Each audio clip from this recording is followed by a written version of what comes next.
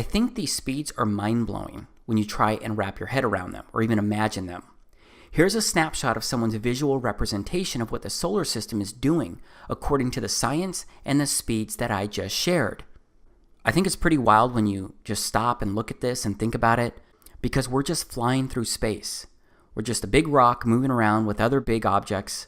I do find it interesting that we're taught all of this as fact, except there are a lot of great unknowns. And all we have are primarily CGI videos and composite images to look at and review. And if you aren't picking up what I'm putting down, then let me be really blunt here. I don't believe this visual representation is accurate. I believe something else could be true. Hey, David here, and I've got to tell you something. And what I'm going to tell you could make you look at me differently. It could even make you want to distance yourself from me. But I'm still going to tell you because I love you. I should also share that what I'm going to show you, it is strange. And I think that most of what I present will challenge how you look at life. And you should probably also know that this video is infused with my faith in the scriptures and how I believe that His word is truth. But please, I am asking you to watch every single minute of this video, just so that you can look at it all and you can evaluate everything yourself. But I'm more confident about all of this stuff than ever before. And that's why I'm finally showing you this. Because it is not in my best self-interest to be vocal about any of this. Because I've got a pretty solid thing going in life right now. So I kind of look at it like, why would I want to do anything to disrupt that? I'll tell you it's because there is something burning inside of me, and it's compelled me to document this strange truth project.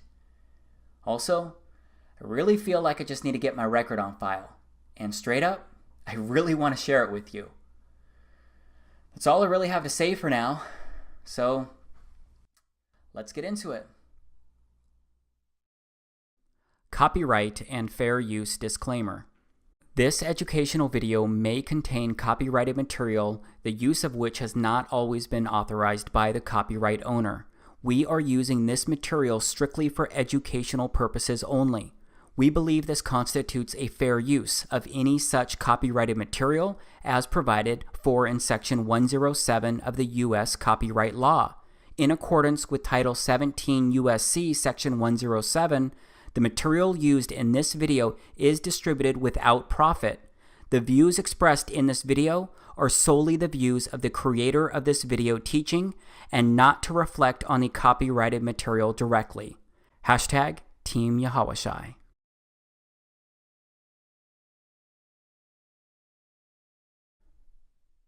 This is the moon as seen from Northern California.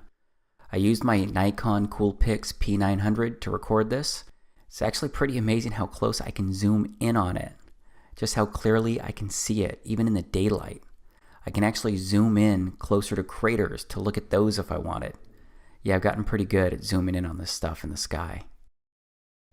This is Jupiter. It's a planet, as I'm sure you've heard. It's one of the gas giants. I didn't really know very much about Jupiter or much about anything in outer space until I started recording the sky using my camera. But you can see this here. Jupiter looks really cool. It seems to have waves running through it. There's a flickering within it, and it looks a lot like a glowing light. This is Venus. Venus is the second planet from the Sun.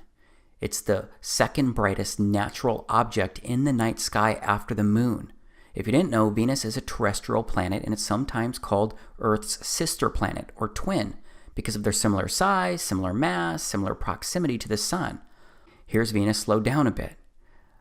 Venus seems to have waves running through it too. Venus isn't the only object in the sky that does this though. So let's look at a few stars. This is Vega. It's the fifth brightest star in the night sky, and it's the second brightest star in the northern hemisphere, which is where I'm at in the United States. But just look at it. There are some really unique colors in there. It also looks like it's pulsing and waving and moving around inside of it. It also has these ring-looking things going around inside of it from its center to the edges. And just like Venus, Vega has some kind of dot right in the middle of it. But let's look at another star. So this is Arcturus. Arcturus looks like a disco ball with so many amazing colors flashing inside of it. Arcturus is the fourth brightest star in the sky, and the brightest star in the northern celestial hemisphere. It's straight up amazing and beautiful. This is Polaris. It's also called the North Pole Star, which is also in the northern hemisphere. Notice how this star doesn't move across the frame of my camera. Remember how all of the previous objects I showed you so far, they moved pretty quickly across my lens when I recorded them. Well, as you may know, Polaris doesn't move more than a degree, and all of the circumpolar stars in the northern hemisphere rotate around Polaris. I'm curious if you've ever seen recordings of planets or stars in the night sky like what I just showed you, because there's no doubt the moon looks the same as what you've probably seen, but when it comes to planets and stars, I bet that you've primarily seen images like these. I think it's odd how different these online images look versus what I actually recorded and what I actually observed with my camera. I just wish that some of the normal observations came up at the top of some of the online searches I do. I found a lot of things odd and kind of strange and surprising recently, and that didn't start happening until this year, 2017, because I actually started looking up. I started looking at the daytime sky, started looking at the clouds and how different they can be from one day to the next. I looked at planes flying across the blue sky. I looked at the sun behind the clouds. I looked at the clouds floating across the sky, and I started paying attention to the moon in the daytime, in the nighttime. I started looking at the moon's different phases, its different colors. This is a waxing crescent moon. This is a full moon. And like I mentioned earlier, I bought a unique camera to record all of this. It's the Nikon Coolpix P900. I bought it to personally study all of these things as I looked up and took some interest in the sky. And my interest in the sky and my studies, they led me to look into the missions in outer space. First, I looked into the Apollo missions to the moon. Then I wondered why we hadn't been back to the moon in 45 years. I wondered why even now we didn't at least have a fleet of rovers scouring every inch of the moon, including its other side that we didn't even land on. But apparently there's a competition to get rovers on the moon. But I mean, we have a rover on Mars. Why didn't we at least send one rover up to the moon to constantly observe it, since we no longer send humans? It's just hard for me to imagine that we've already discovered and observed everything we could learn about the moon during those 3 years of Apollo missions. You know, we've never put a woman on the moon, only men. So why not send our first woman to the moon? That would be a spectacular accomplishment. At least I think so. But then I came across a video of Don Pettit. He's a very outspoken NASA astronaut who's been to outer space 3 times. He said this is why we haven't been back to the moon. I'd go to the moon in a nanosecond. The problem is we don't have the technology to do that anymore. We used to, but we destroyed that technology, and it's a painful process to build it back again. Then I found out about the Van Allen radiation belt. Here's what a NASA engineer has to say about the Van Allen radiation belt. We are headed 3,600 miles above Earth, 15 times higher from the planet than the International Space Station. As we get further away from Earth, we'll pass through the Van Allen belts, an area of dangerous radiation. Radiation like this could harm the guidance systems, onboard computers, or other electronics on Orion. Naturally, we have to pass through this danger zone twice, once up and once back. But Orion has protection. Shielding will be put to the test as the vehicle cuts through the waves of radiation. Sensors aboard will record radiation levels for scientists to study. We must solve these challenges before we send people through this region of space. Sensors aboard will record radiation levels for scientists to study. We must solve these challenges before we send people through this region of space. So yeah, I found it really interesting what that NASA engineer said about the Van Allen belt. And it turns out that other NASA folks have said the same thing about leaving low Earth orbit. And what comes after the International Space Station once its mission is over? How do we ensure the presence of humans in space?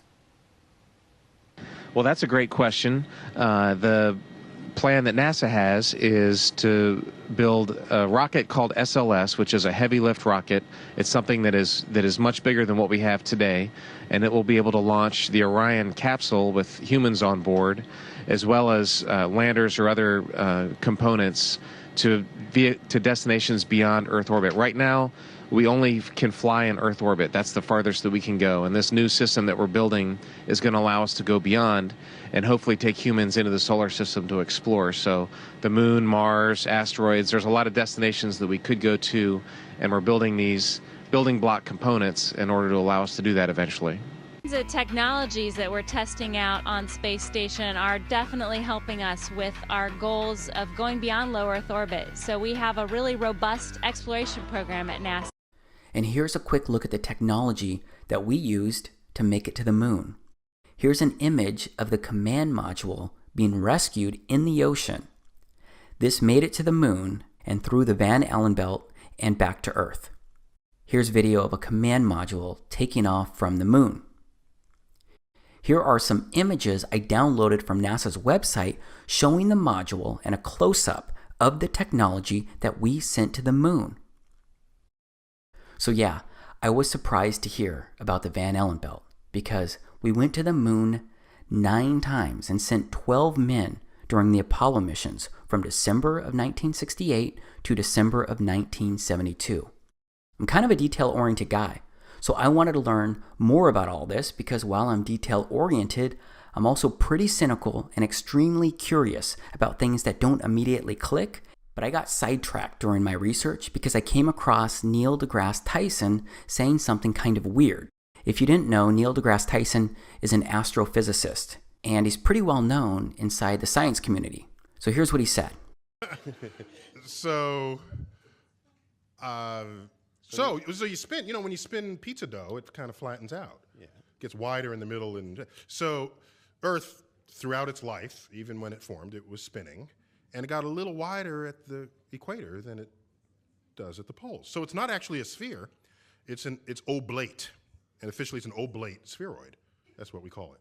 But not only that, it's slightly wider below the equator than above the equator. A little chubbier. A little chubbier. Yeah. Chubby's a good way. It's like pear-shaped. Yeah. I researched this statement because it didn't make sense to me. And yeah, if you watch the whole video of when he says this, he gets into sea levels and more. But I gotta tell you, he didn't mean the statement as a joke. But it still seems like a joke because who says the Earth is pear-shaped? Pretty odd, right? Either way, his statements and my research led me to download just more images and more videos from NASA's actual website. These are a few of their images of Earth that they took from space. And as I was downloading and researching photos and videos at NASA's website of our first moon landing, the Apollo 11 mission, I discovered something pretty crazy. Apparently, NASA lost the tapes that recorded data of the original Apollo 11 moon landing in 1969. The tapes included biomedical data on astronauts, video footage of the Apollo 11 landing, and all of their telemetry and engineering data. But based on everything I can research, it seems that NASA actually lost not just the Apollo 11 telemetry data, but NASA lost all of the telemetry data from all of the Apollo missions that landed on the moon. That's well over 10,000 lost tapes and over a ton, literally a ton in weight of missing tapes. Fortunately though, they were able to restore the original moon landing footage that was broadcast to Earth. I guess I just found it pretty odd when you consider that the moon landing is one of the, if not the, greatest accomplishments by mankind. Because I figured NASA would take really good care of that stuff and properly label boxes and reams of recordings. Okay, so that seemed pretty careless. But then I stop and think, wouldn't right now be the perfect time to go back to the moon? We've made significant breakthroughs in technology in the past 45 years. So imagine today's technology that NASA could bring to the moon to record and study it. Imagine the beauty that they could show the entire world. Because we could have crystal clear, high-definition footage taken directly from the surface of the moon. I mean 4K resolution stuff that would blow everyone's minds.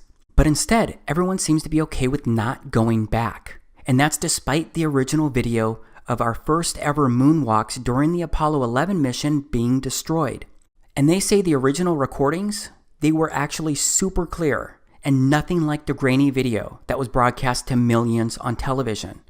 But I guess it doesn't really matter either way, since we destroyed the technology to get back to the moon.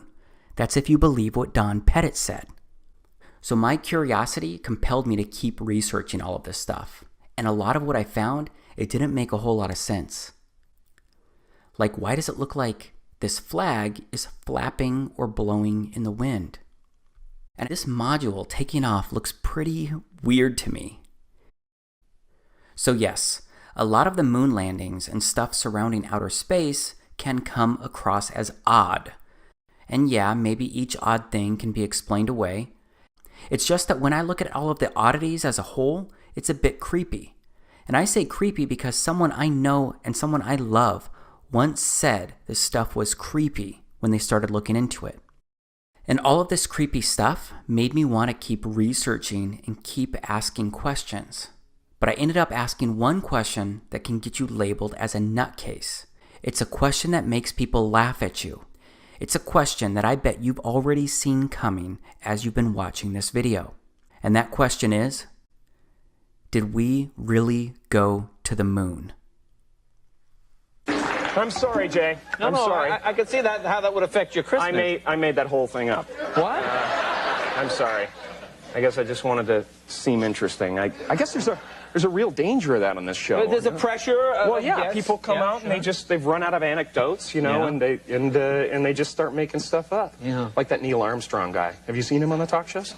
Neil Armstrong, you mean the first man to walk on the moon? Talk about a fish story. Yeah. Man, and they're buying it. Oh, yeah.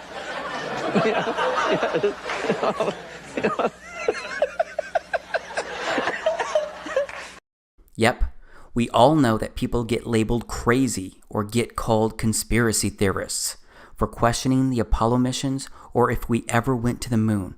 But please stay with me here, okay? I promise that I've really given this a lot of thought, and I've considered how something like this could actually happen. And since we no longer send people to the moon, I started looking into other info and footage surrounding outer space. And I found some interesting things there too. This is Gemini 4 that was completed in June of 1965. That was well before the Apollo 11 mission. This is the first American spacewalk recorded using an 18mm lens camera, and it recorded at 6 frames per second. But straight up, this looks like stop motion video to me. Back to what's odd. And it's that I can't find any other video of astronauts turning their helmets. A turning helmet appears to be only happening during this first ever spacewalk. Because the thing is that my research showed that the helmets couldn't turn or swivel because they're fixed to an airtight ring base. And once the suit is pressurized, it all becomes extremely stiff. And I don't see the helmet turning again in any of the video for this spacewalk or any others. But there's a lot of footage available that's been taken from the International Space Station, the ISS. This is it here. Of course, a lot of live interviews and videos have been done and recorded from the ISS, and that's resulted in a lot of footage to look at. First, and this one's just kind of really funny to me, it turns out that there's a lot of weird-looking hair on the space station.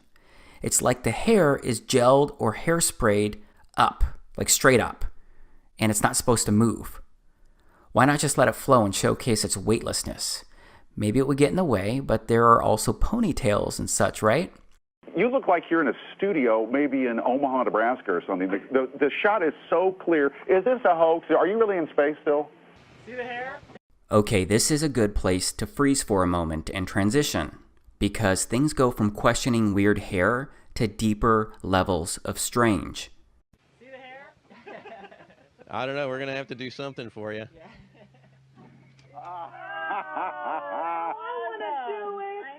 Oh, yeah, I can do that. Watch this. It looks like this guy is grabbing a wire attached to the guy next to him. He's not grabbing air, and there is no reason why any of these guys would be wearing wires in space. Someone I know wondered that when I showed them this video. Believe me, you're going to be just like the person I talked to, because you will look for answers. You will look for ways to rationalize these things that I show you. Just understand I've asked the same questions. Why, how, and what am I really seeing? This guy with the red shirt looks like his shirt is being pulled by a wire. There are lots of these instances out there that you can research, but it's not exclusive to the ISS. It also happened on the moon itself, and I'll show you that in a moment. But look at the guy in the middle of these men. He looks like he's actually wearing a harness. This was a live interview with Boise State, and look at how awkward this is. Look at this astronaut who turns with his back to us. Pay attention to his back heels. It seems like there may not be enough slack, so his heels stay off the ground. Okay, maybe that's hard for you to believe or see, but look at this awkwardness. This astronaut looks like he's being yanked up by a cable. So how does he get up like this on his own? I mean, the other astronaut did not pull him, but it looks like he was lifted by some external force outside of him, and it's not the guy next to him. Straight up, it appears that these astronauts are attached to cables or some kind of harnesses at times, because it pulls the astronauts in unnatural ways. It even prevents them from falling all the way down. Sometimes they look like puppets on strings due to the way that they're being pulled or moved along. But how else could they be doing this? Well, it could be more special effects and likely something called augmented reality and or green screens. And this is what it looks like. This is an actual video that NASA did. They meant to do this. This is an example of augmented reality. And then there are chroma key screens. So outside of green screens, there are also blue screens. And that's what you're seeing right here. You're seeing the former president being pushed through this NASA area, and behind him is Tim Peake, an astronaut, with what looks like a blue screen, a chroma key screen right behind him. And do you see the green ball? I mean, we can compare footage around that same time compared to what was caught on camera, and you can see it's the same background. It looks like the same deal. And I've only ever found one other video that's ever shown this same checkered blue screen. This is that one other video that I'm showing you right here. But how coincidental is it that they use this blue checkered background, which is extremely similar to ORAD virtual set technology? I mean, this is the kind of stuff you can do on a budget right here, this video. Now here's something else from the ISS.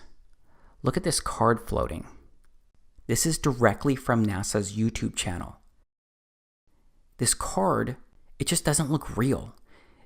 Is there an air conditioner on up there? I mean, look at it. It looks like they're doing everything they can not to laugh. Next, people say that the spacewalks may have been recorded underwater and not on the moon at all. Because, as you can see here, astronauts are definitely trained underwater. So a lot of folks believe that they may have faked the spacewalks by doing it underwater as well. And that seems to make a lot of sense when you study a lot of the spacewalk videos, because you're going to see what looks like a lot of bubbles going all these different directions. Who knows which direction the camera was actually pointing when these were recorded, but they look like air bubbles escaping maybe from underwater pools where some of these things were recorded or faked. Last, there are zero gravity planes. The only way right now that we can simulate the gravity on Moon, Mars, asteroids is parabolic flight. So yeah, there is likely hours of video of real weightlessness that people have experienced, but you can't do that all the time, so there needs to be other options, especially for the longer videos like I showed before. Okay, this is a time-lapse video of Earth recorded from the ISS, but I want to step off the space station right now. I want to look at the Apollo 11 crew's first public appearance after returning from the moon. It was our pleasure to have participated in one great adventure. It's an adventure that took place not just in the month of July, but rather one that took place in the last decade. we all here and the people listening in today had the opportunity to share that adventure over its developing and unfolding in the past months and years. It's our privilege today to share with you some of the details of that final month of July that was certainly the highlight for the three of us of that decade. So a lot of people question that video and the emotions that they showed at this press conference, especially Neil Armstrong, who was in the middle. But yeah, it looks like maybe they were impacted by being on the moon. That could be a significant moment. Just as a heads up, this news conference occurred on September 16th, 1969, and these astronauts returned to Earth on July 24th, 1969. So yeah, it's less than 2 months for them to get their bearings, but it turns out that they did forget a lot in that short time frame. When you looked up at the sky, could you actually see the stars and the solar corona in spite of the glare? We were never able to see stars from the lunar surface or on the daylight side of the moon by eye without looking through the optics. I don't recall during the period of time that we were photographing the solar corona what stars we could see. I can't imagine that he was debriefed and that kind of question wasn't asked. What he saw, what he felt, what he experienced while on the moon. And now listen to Mike Collins, who was sitting to the left of Neil Armstrong. I don't remember seeing any. Neil, you were a little bit concerned, you said about... So now Mike doesn't remember seeing any stars either.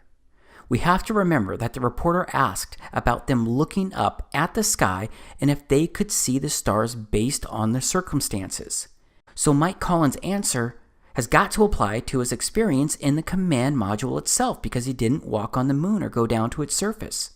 But let's look again at Neil's response to what Mike said. I don't remember seeing any. Neil, you were a little bit concerned, you said about... Notice his body language, and it looks like Neil even whispers something under his breath to Mike. Was he telling him to simply shut up? I don't know, but the interaction looks really odd to me. All right, here is another interview with Neil Armstrong.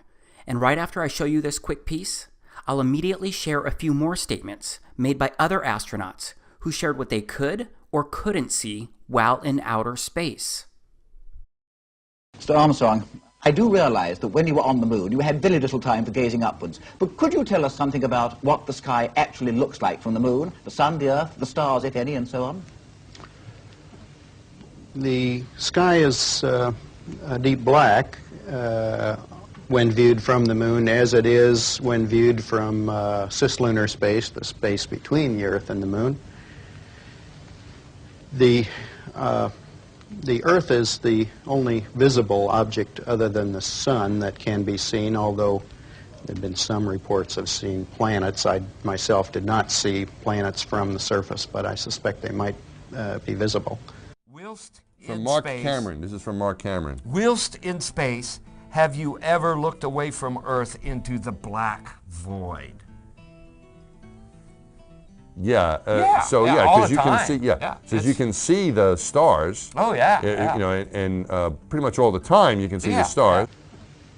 The sky is a deep black when viewed from the moon, as it is when viewed from cislunar space, the space between the Earth and the moon.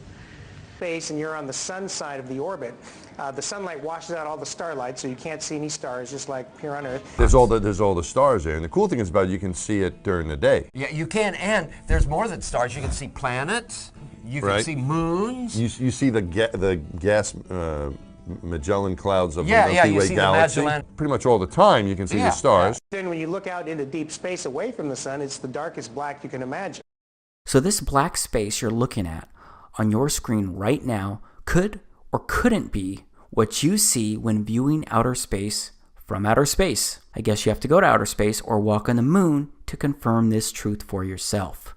But I'm going to stay focused on the objects in outer space because I want to ask why the images of stars and planets taken by satellites in space look so different to what I actually observe with my camera. Here's Venus again, as seen through my Nikon P900. Here's Arcturus again. Here's Vega again. Here's another star, Antares. It looks pretty cool too.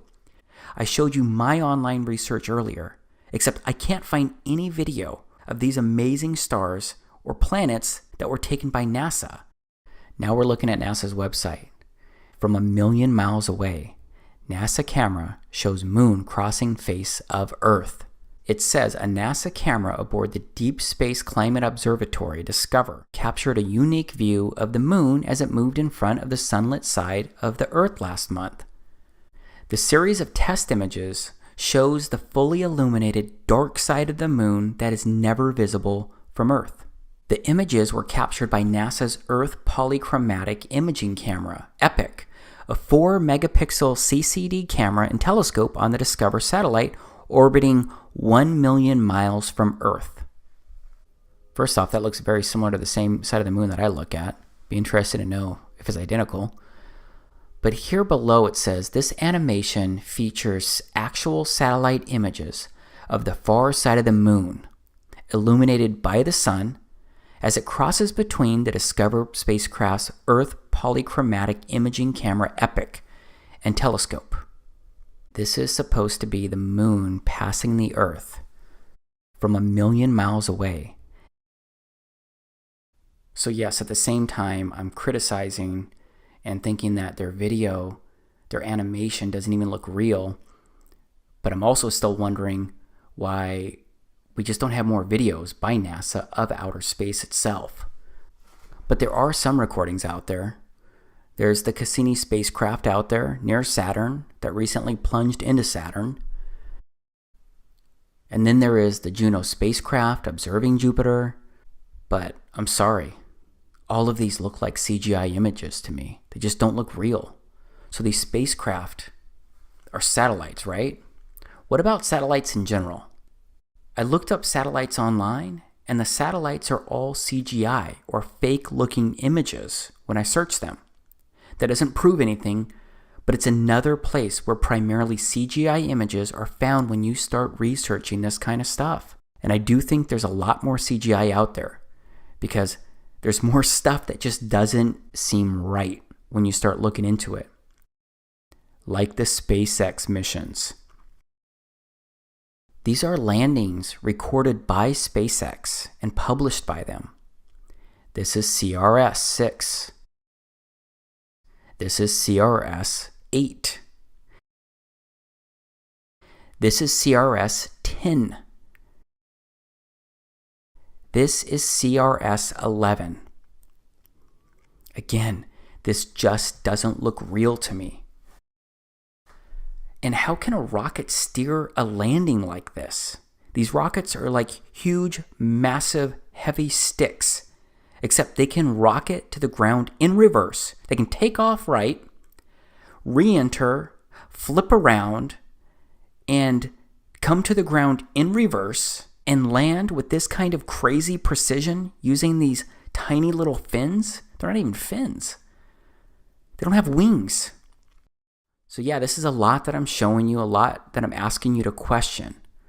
But that's because there's a rabbit hole of random things that just don't make sense. And they don't look real. And then there is a film positioning itself as a documentary called A Funny Thing Happened on the Way to the Moon. And while it looks like there's some disinformation in this video, it does address a few things that kind of make you think twice. It does seem to address some valid questions. Here's some video from it. The cost of the 3 moon rovers in 21st century currency? Nearly $60 million each, though they had fewer parts than a Jeep. Where was all this money going? Then there's the flag, blowing in the wind at least twice on the atmosphereless moon. Here the editor cuts to a still shot of the flag just as the effect becomes noticeable. Here it is unchecked. This rare clip attained decades ago, was never re-released with the inevitable increase in experience and scrutiny. To demonstrate 1/6 gravity, a bouncy, floaty feel to the astronauts' movements would be similarly achieved with relative simplicity. Slow motion. You are viewing the scenes as they aired more than 30 years ago. Now let's look at them with the speed doubled. It becomes discernible that they are, in fact, in Earth's gravity, and are no more leaving the ground than they would on Earth. It is clear from these rarely seen color television pictures that the crew of Apollo 11 brought a high-resolution color video camera with them on their mission, yet the only pictures broadcast live from the moon's surface were these from a low-definition black and white camera. In fact, the networks complained because in addition to this, they were forced to shoot the images, second generation, off of a projection TV of the technology of 30 years ago, and were not even allowed to take a direct feed, which further degraded the quality and clarity of the images. Perhaps this was precisely what NASA and the federal government had in mind. After all, it was a first, regardless of where they were. Better to open up their debut mission with fuzzy pictures and numerous blackouts, rather than show too much revealing detail of a false scene that was yet unproven. And finally, the element that seals their fate. Of all the footage of Apollo 11 requested from NASA over a 5-year period, one gem was discovered just before the completion of this documentary. An old reel received by mistake.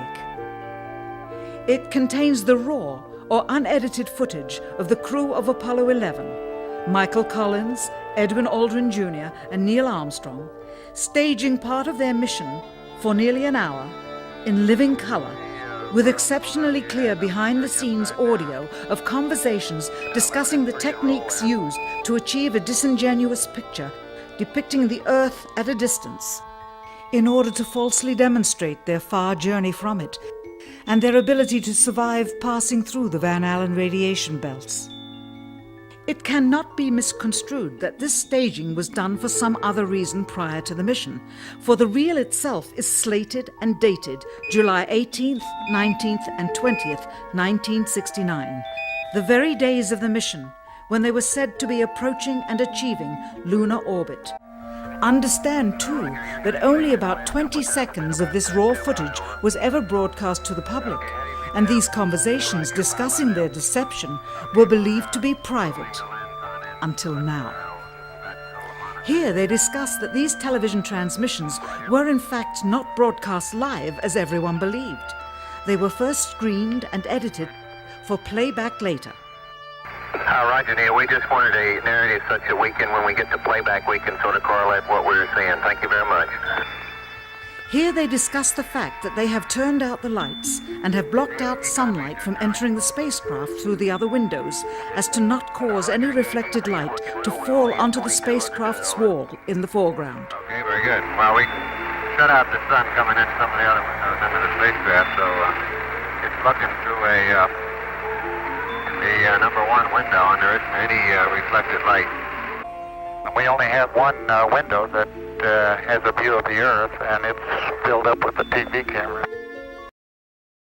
This is where the astronaut is back in view, but the lens was supposed to be on the window. Is it legitimate?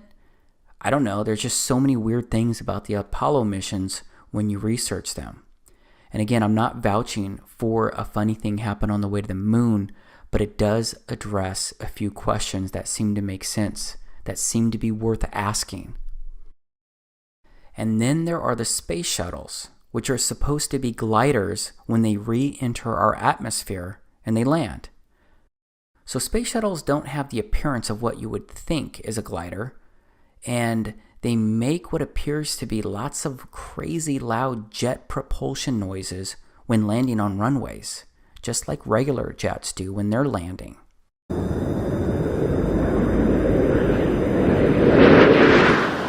Commander Charlie, Hobart flaring up the shuttle's nose for landing, and so you can see the main gear of in place. And since we're talking about jet propulsion, let's go back to the moon for a moment, because some have pointed out how there's no crater underneath the lunar module landing. The jet propulsion would have likely created a crater, or at least some type of big marking from its landing. There isn't any dust anywhere though, not even on the legs or feet of the module. I would think that some kind of dust or rocks should have been blown around from the lunar module landing on the moon. Keep in mind that the module had a 10,000-pound thrust engine, except it seems to have left no disturbance underneath it. Also, Neil Armstrong is sitting on top of that engine when it's initially landing on the moon, but he's heard clear as day when they're landing. 60 seconds. Lights on. Forward. Forward. 40 feet down, 2.5. Picking up some dust. Straight shadow. 4 forward, drift into the right a little. 30 seconds. Forward. Contact light. Okay, engine stop. We copy you down, Eagle. Houston, Tranquility Base here. The Eagle has landed. There just seems to be so many questionable circumstances involving NASA. And yeah, this next one, I'm talking about the Space Shuttle Challenger of 1986 that exploded soon after takeoff. And please know that I'm taking this one carefully but seriously, because this one involves life and death. I just believe there are enough intriguing questions about the crew members on that exploding ship to touch on it here. Because 6 of the 7 crew members are considered alive by many people today, because there are 6 people living in the United States who closely resemble 6 original crew members from Challenger. The Challenger's commander was Francis Richard Scobie. Today there's a Richard Scobie who is CEO of a Chicago marketing company. These guys have some eerily similar features, like the same kind of wide-set eyes that both seem to be tilted in their corners.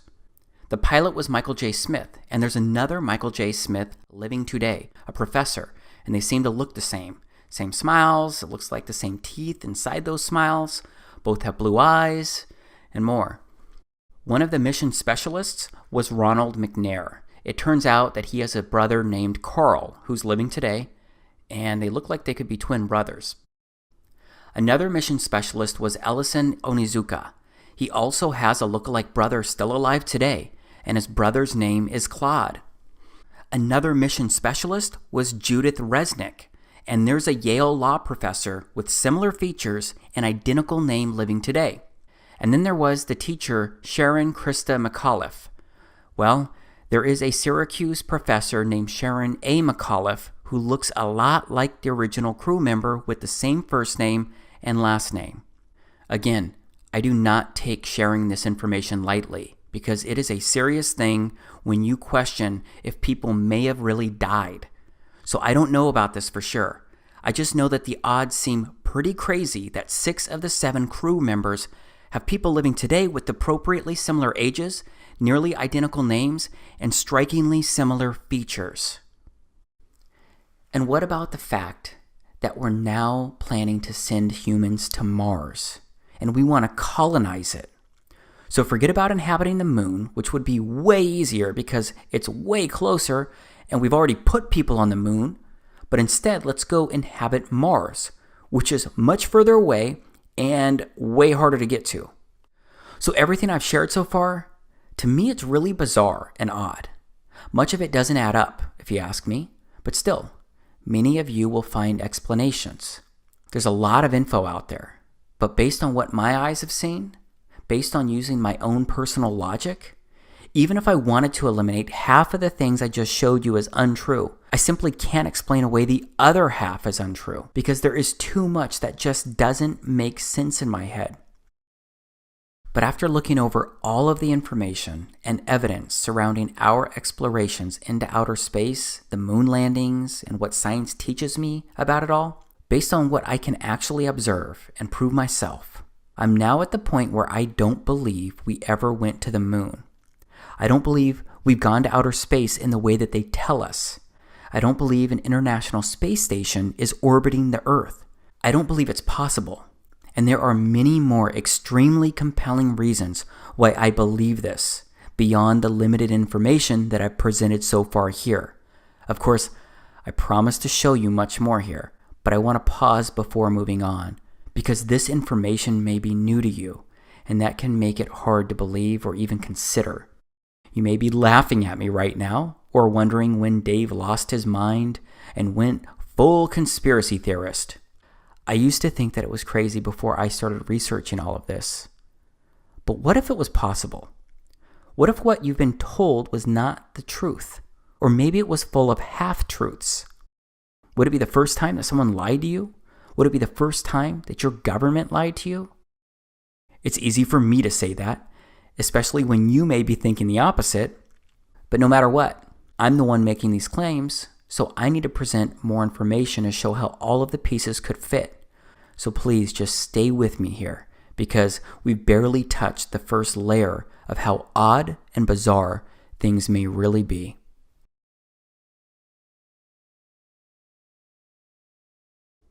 Okay, Earth is what we're going to get into right now. We're going to focus on the place that you and I both live and exist. First off, what does the Bible say about Earth? Let's look at the first book of the Bible and see how the story of creation begins. In the beginning, Elohim created the heaven and the earth was without form and void, and darkness was upon the face of the deep, and the Spirit of Elohim moved upon the face of the waters. So that said, Earth came into existence on the first day of creation, except the God of the Bible withheld the creation of the sun, moon, and stars until the fourth day, which is revealed inside Genesis chapter 1, verses 1 through 14. So the way that I read that is that Earth is unique, and it holds center stage inside God's creation. But whether you are a Christian or not, isn't it at least possible that Earth could be the center and heart of everything? But whether you believe that Earth is the heart or not, it turns out that it's really hard to get good photos of Earth. And obviously, we have to go to outer space to get photos of Earth itself. This is an article at the White House, A New Blue Marble, July 20th, 2015. NASA releases its new blue marble photo, first such photo since 1972. No one on this planet had ever seen a whole picture of the Earth until 1972. And you can see it's also at medium, and that's where I'm going to go to now to look at that because it has a cleaner layout. You can see it's the same deal by Scott Kelly, NASA astronaut. No one on this planet had ever seen a whole picture of the Earth until 1972. Then you get the blue marble. This is a photo of it. It was the first full photo of Earth taken on December 7th, 1972. And that was the Apollo 17 spacecraft that took that. You got another photo here. Looks a little different. Okay, you got another image. Another image. So why is the blue marble a bigger deal than these? Turns out it's quite tricky to take a good photo of the entire Earth. The planet is big, and there's a lot of lighting issues. As a result of these challenges, NASA, NOAA, and other science agencies most often rely on composite images to depict our planet. These images stitch together multiple high-resolution snapshots taken by satellites already in orbit to produce one seamless portrait of the Earth. And that's what the three photos above are, composite images, produced by NASA over the past 15 years, released respectively in 2002, 2007, and 2012. Composite imaging is an extremely useful tool for helping people understand the Earth, like this black marble, which, by stitching together multiple views of the planet, shows a full global view of the Earth's city lights. That's why today I am excited to see that NASA has released its new blue marble, the first of many more to come later this year. The blue marble is the first fully illuminated snapshot of the Earth captured by the Discover satellite. It looks like it's a joint NASA, NOAA, and U.S. Air Force mission. And there's a guy who's famous for doing these composite images and manipulating data and putting it all together. And this is the guy right here. This is from NASA's website. It's an interview. Data visualizer and designer Robert Simon. And they ask him, what do you do? And what is most interesting about your role here at Goddard? How do you help support Goddard's mission? And he says, "My role is to make imagery from Earth sciences data. I turn data into pictures. I look for new, interesting events that NASA satellites have seen or that are hidden in the latest data to find anything interesting that shows off NASA's unique capabilities. Finding things is the fun part. I rely on engineers and scientists to produce the data." Okay, they ask him, what is the coolest thing you've ever done as part of your job at Goddard? And he says, the last time anyone took a photograph from above low Earth orbit that showed an entire hemisphere, one side of a globe, was in 1972 during Apollo 17. He also says by 2002, we finally had enough data to make a snapshot of the entire Earth. So we did. The hard part was creating a flat map of the Earth's surface with 4 months of satellite data. Rito Stockley, now at the Swiss Federal Office of Meteorology and Climatology, did much of this work. Then we wrapped the flat map around a ball. My part was integrating the surface, clouds, and oceans to match people's expectations of how Earth looks from space. That became the famous blue marble. Okay, I know I already touched on this earlier, but I just keep wondering. Why doesn't NASA just deploy a rover to the moon, equipped with a camera at least comparable to my Nikon P900? Then they would have it on the moon's surface all the time, because they could take continuous images of the entire Earth throughout the different seasons and months. They could zoom in on continents and islands, and maybe even more, like I do of the moon from here on Earth. Wouldn't you get good and accurate images with that approach? Wouldn't that make sense? But instead, they have a data visualizer / designer who compiles all of the different data, and then that data gets stitched together by that person. But let's just step back again. And I'd like to review the Science 101, some of the basics surrounding the Earth, the Sun, and the solar system. I'm talking about the basic info that we're all taught about Earth, the Sun, and the solar system, and how they all move and work. First, the Earth rotates eastward around an invisible line known as its axis. And I've actually got some video of the Earth spinning provided by NASA.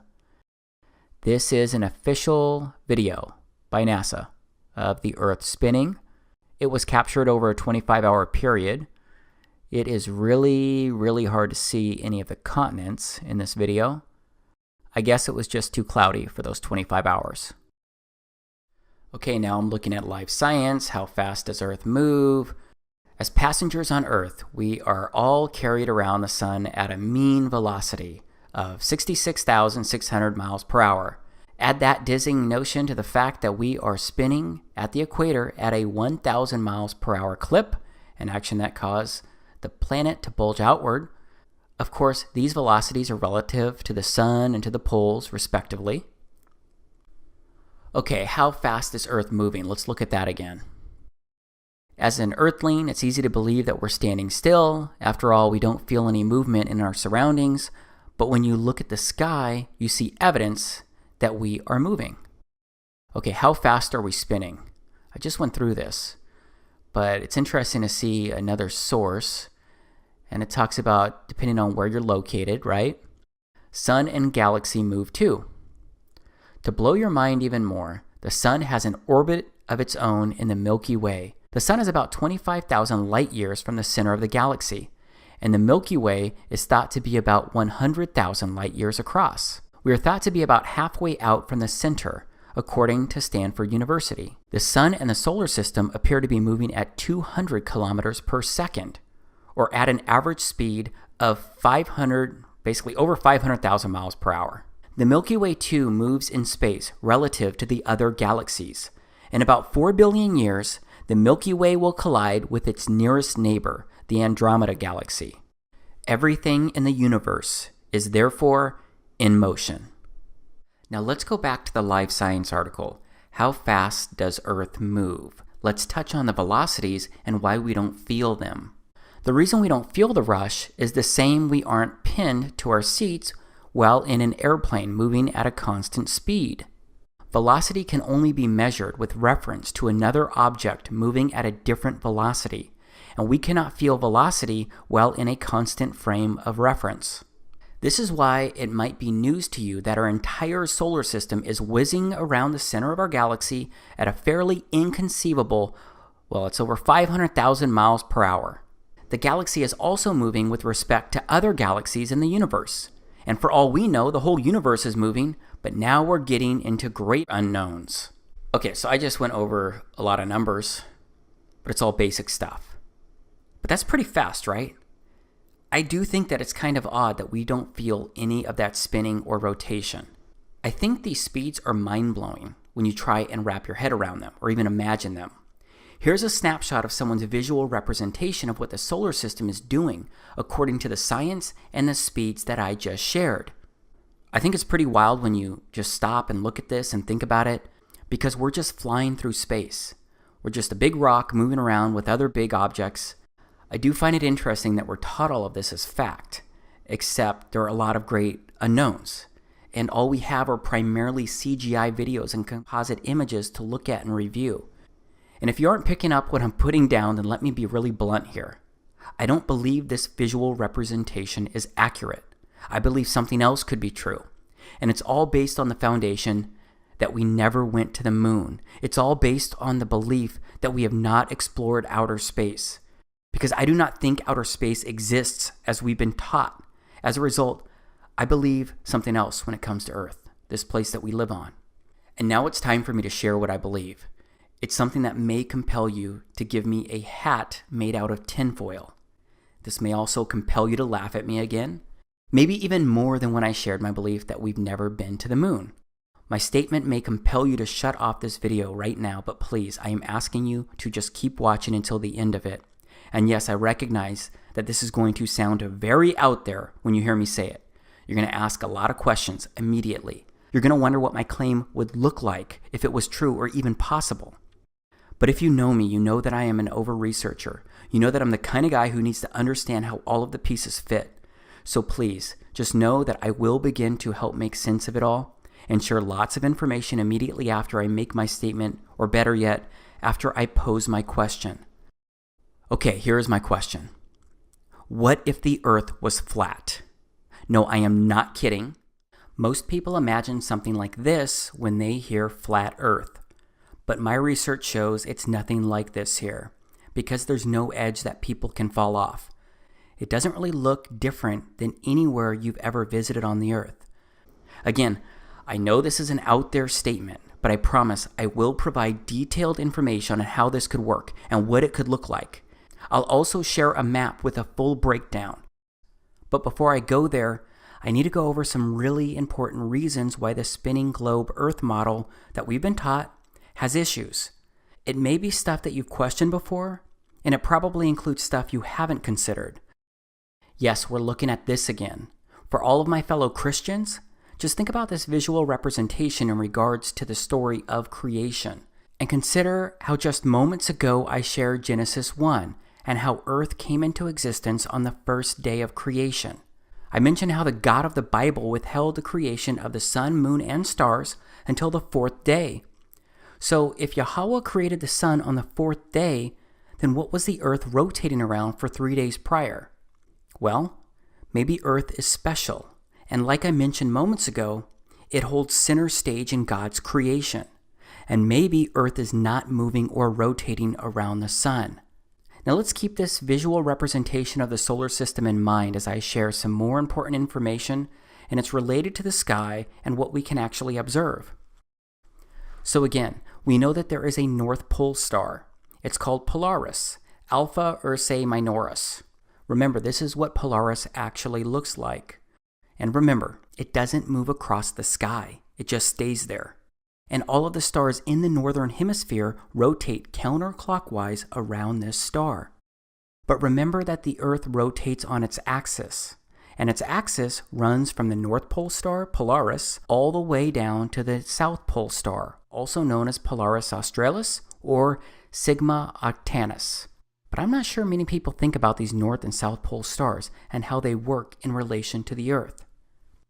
Because just like the stars and planets rotate counterclockwise around the North Pole star in the northern hemisphere, the stars and all the planets actually rotate clockwise around the South Pole star in the southern hemisphere. These are long exposure shots that were taken by YouTuber Kofu72, and he did it by having a photo taken every 30 seconds. And it took an hour and a half of recorded shots to create just 10 seconds of Southern Star Trail video. So we have stars and planets rotating counterclockwise around the North Pole star. And we also have stars and planets rotating clockwise around the South Pole star. Except Earth and our solar system is supposed to be flying through space like this. But the North Pole star never moves above the Earth, and all the stars rotate around it. And the South Pole star stays in place below the Earth, and all the stars rotate around it the opposite direction down there. That's what the North and Southern Star Trails show us, and that's what we can actually observe when standing on Earth. So this makes me wonder, why do the stars that we can see in the northern and southern hemispheres stay aligned with the Earth as it spins? Why does everything in the sky, outside of the sun, moon, and wandering stars, why does everything else stay fixed on us and rotate around us from two very specific points on Earth? Well, I believe it's because we're special and we're the heart of everything. Straight up, I believe we've been told many untruths. And very shortly, I'm going to show you how I believe all of this could actually work. Because isn't it strange that you feel none, I mean none, of the Earth's rotation? That's anywhere from 700 to over 1,000 miles per hour. Those are ridiculous speeds and you feel nothing. Or what about the other speeds that are allegedly happening right now? Like the Earth rotating around the sun or the solar system speeding at over 500,000 miles per hour. As humans, we can perceive movement. Our senses tell us when it's happening, even when we're in a car speeding down the highway, or when we're in an airplane, not just during takeoff and landing. Yeah, we get used to moving inside these objects, but we still know we're moving inside them, and we're moving at speeds a fraction of the Earth's rotation, except we don't feel any of the Earth's rotation. We don't feel the Earth orbiting the sun. We don't feel any speed. We don't feel any movement of the solar system itself. This is important, and many people just brush it off. You may be doing that right now, because again, we're told that we can't feel it because we're moving with the spinning Earth. We're told we're used to it. Yet our senses can and should be trusted, and if we're honest with them, they'll tell us that we're not moving at all. I believe it's that simple, but it's really hard to believe because it's not what we've been told since birth. But what about before birth? What do books that have been around for thousands of years say about all of this? Well, did you know that the scriptures consistently speak of an immovable, established earth? There are a lot of verses that are pretty explicit about this. So let's take a look at some of those verses right now. First, let's look at the beginning of Job 38. This is where Yahweh confronts Job about the way that Job was questioning Yahweh.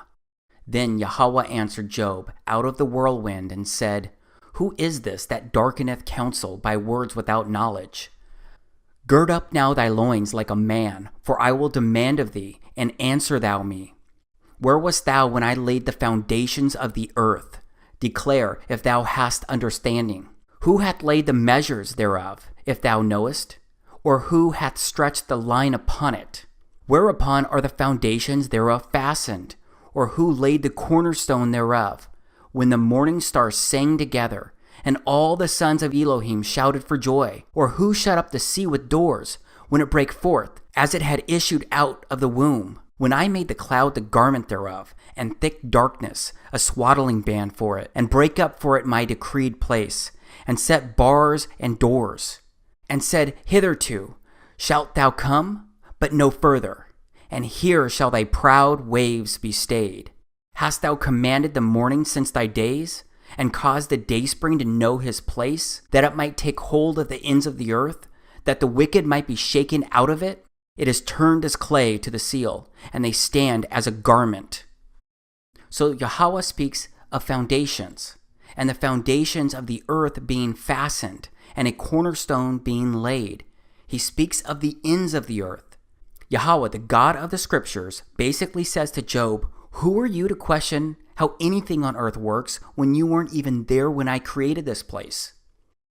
I gotta say that this feels very similar to today, because it seems like everywhere I look, I see mankind giving explanations about how Earth works and how the solar system works, along with how everything works that actually came into existence around us. And those theories are basically presented as facts. So I think these verses from Job should be deeply considered as I continue, because I'm going to read a few more verses that speak of the earth being fixed and seemingly flat.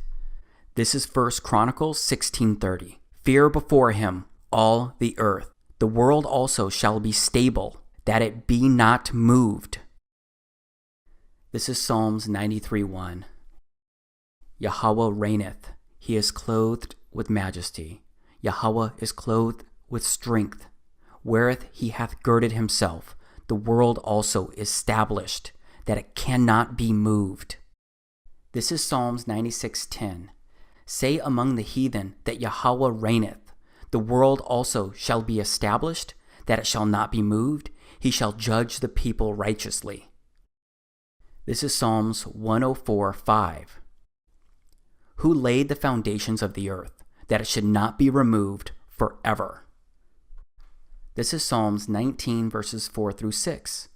Their line has gone out through all the earth, and their words to the end of the world. In them hath he set a tabernacle for the sun, which is a bridegroom coming out of his chamber, and rejoiceth as a strong man to run a race. His going forth is from the end of the heaven, and his circuit unto the ends of it, and there is nothing hid from the heat thereof. This is Ecclesiastes chapter 1, verses 5 through 6. The sun also ariseth, and the sun goeth down, and hasteth to his place where he arose. The wind goeth toward the south, and turneth about until the north. It whirleth about continually, and the wind returneth again according to his circuits. This is 1 Samuel chapter 2, verse 8. He raiseth up the poor out of the dust, and lifteth up the beggar from the dunghill, to set them among princes, and to make them inherit the throne of glory. For the pillars of the earth are Yahweh's, and he hath set the world upon them. Okay, this is Proverbs chapter 8, verses 28 and 29. When he established the clouds above, when he strengthened the foundations of the deep, when he gave to the sea his decree, that the waters should not pass his commandment, when he appointed the foundations of the earth. And this is Isaiah chapter 48, verse 13. My hand also hath laid the foundation of the earth, and my right hand hath spanned the heavens. When I call unto them, they stand up together.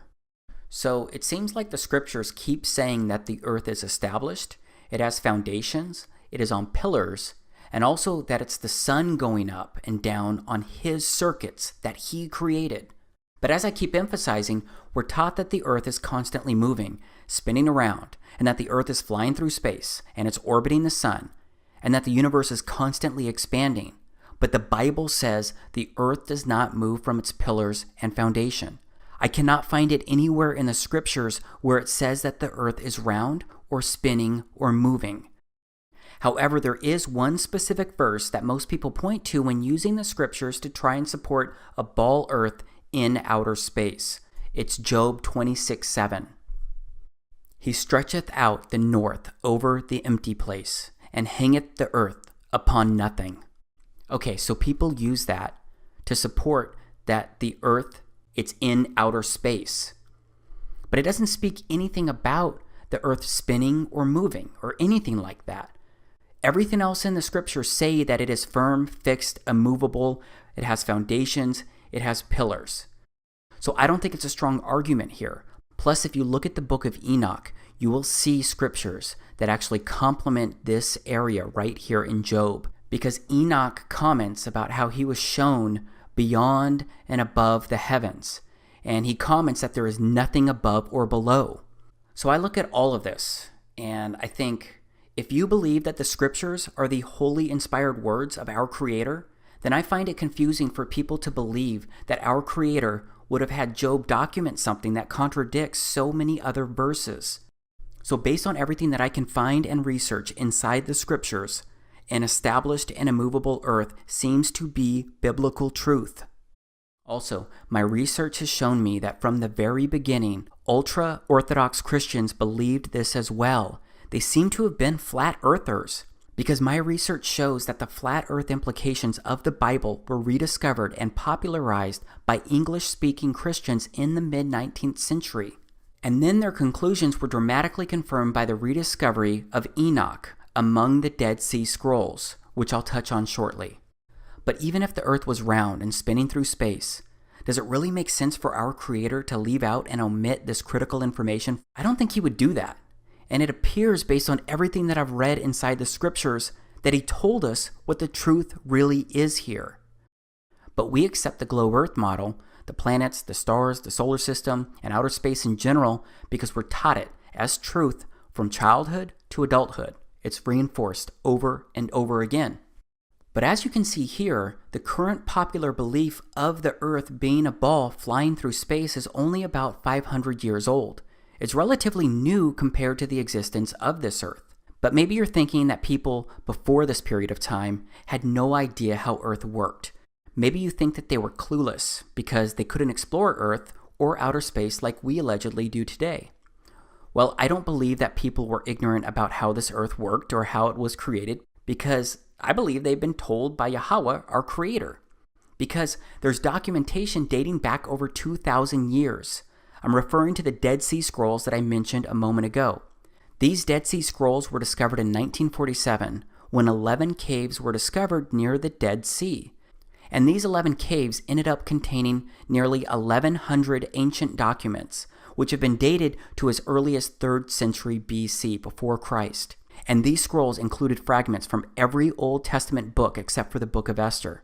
One of the most common books was Psalms, and there were also some apocryphal books, including the book of Enoch. My point is that these scrolls, over 2,000-year-old documents and scriptures, when they're compared to the verses that we find in the Bible today, they're congruent, and they speak to the exact same thing. But let's step outside of the scriptures for a moment, because I believe that I need to also review some simple concepts when considering how the earth could be flat and not a spinning ball. So let's once again look at stuff that we can actually observe. And this first thing is pretty straightforward.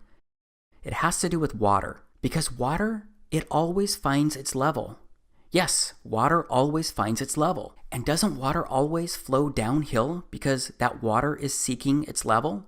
Do you believe these simple concepts are true? Do you believe that water always finds its level and that water runs downhill? I believe they're true because I observe them happening all the time. So what about the miles and miles of ocean reaching from one continent to another? How does that water not find its level? Okay, this is California on Google Earth. Now let's scroll all the way over to Japan. It's over 5,000 miles of ocean from California to Japan. That's a lot of water that has to have a lot of curve. Okay, so what you're looking at now is a crude mock-up that I created that is going to try and represent the California to Japan scenario with a curved ocean. And let's say you have someone standing on the beach in California. And then you have someone standing all the way over there on the other side of the globe in Japan. Let's zoom in on what the person in California would see. Right? They're looking around, they see nothing but a flat land. And if they were to use their water level, they would see it's flat. Everything's flat. And then if we looked at the other side with the person standing on Japan, on the edge, looking out into the Pacific Ocean, they could also take their water level and they would see that it's level. They would see that it looks nothing but flat when looking out. So you have these two people, and they're looking out. They both think that they're at the top of this ball. So what's really happening throughout this ocean, throughout this body of water? Can you take a water level to everywhere and it's going to be level? Yeah, of course you know that you could. But what if this is not what's really happening? What if this is what's really happening? And the two people standing on both continents are actually just at water level as well. Wouldn't that be easier to comprehend and understand? Because water always finds its level. So how is it not doing that across the ocean? Because even the ocean needs to find its level. I think this concept of water finding its level is a really big deal. I'm going to ask you to please do not discount this. And when it comes to water always finding its level, I've actually got a couple friends who are doing a world record water level test. Their names are Ronnie Harris and Jason Laufenberg. They run their own YouTube channels, but also run a shared channel at Beyond Flat Earth. And while I don't agree with everything that they've ever shared, we do agree on a whole lot, especially the Earth being flat. And I'm grateful to them because they've helped me discover and research so much. So they're going to do a world record water level test, which I'm fully supporting. It's going to be pretty simple with a total of 3 miles worth of hoses. Obviously, it's going to have some water, a surveyor, and a bit more. So just go to YouTube and search World Record Water Level Test to learn more about it or even support it. Now let's keep moving along because I want to talk about gravity. Because we're told that gravity is what makes much of this happen, right? And gravity must exist and it must be true for the ball Earth to exist. So what do we know about gravity? Well, here's what one of the most popular leaders in science says about gravity. What is gravity? You have no idea. Okay, next question. Wow. No, here's the difference. We can describe gravity. We can say what it does to other things. We can measure it, predict with it. But when you start asking, like, what it is, I don't know. So to say, what is it? I think Einstein, in an Einsteinian answer, we would say gravity is the curvature of space and time. And objects will follow the curvature of space-time, and we interpret that as a force of gravity. That's probably the best answer I can give to a what is gravity question, or why is there gravity. That's the best I can do there. I think that's a good start.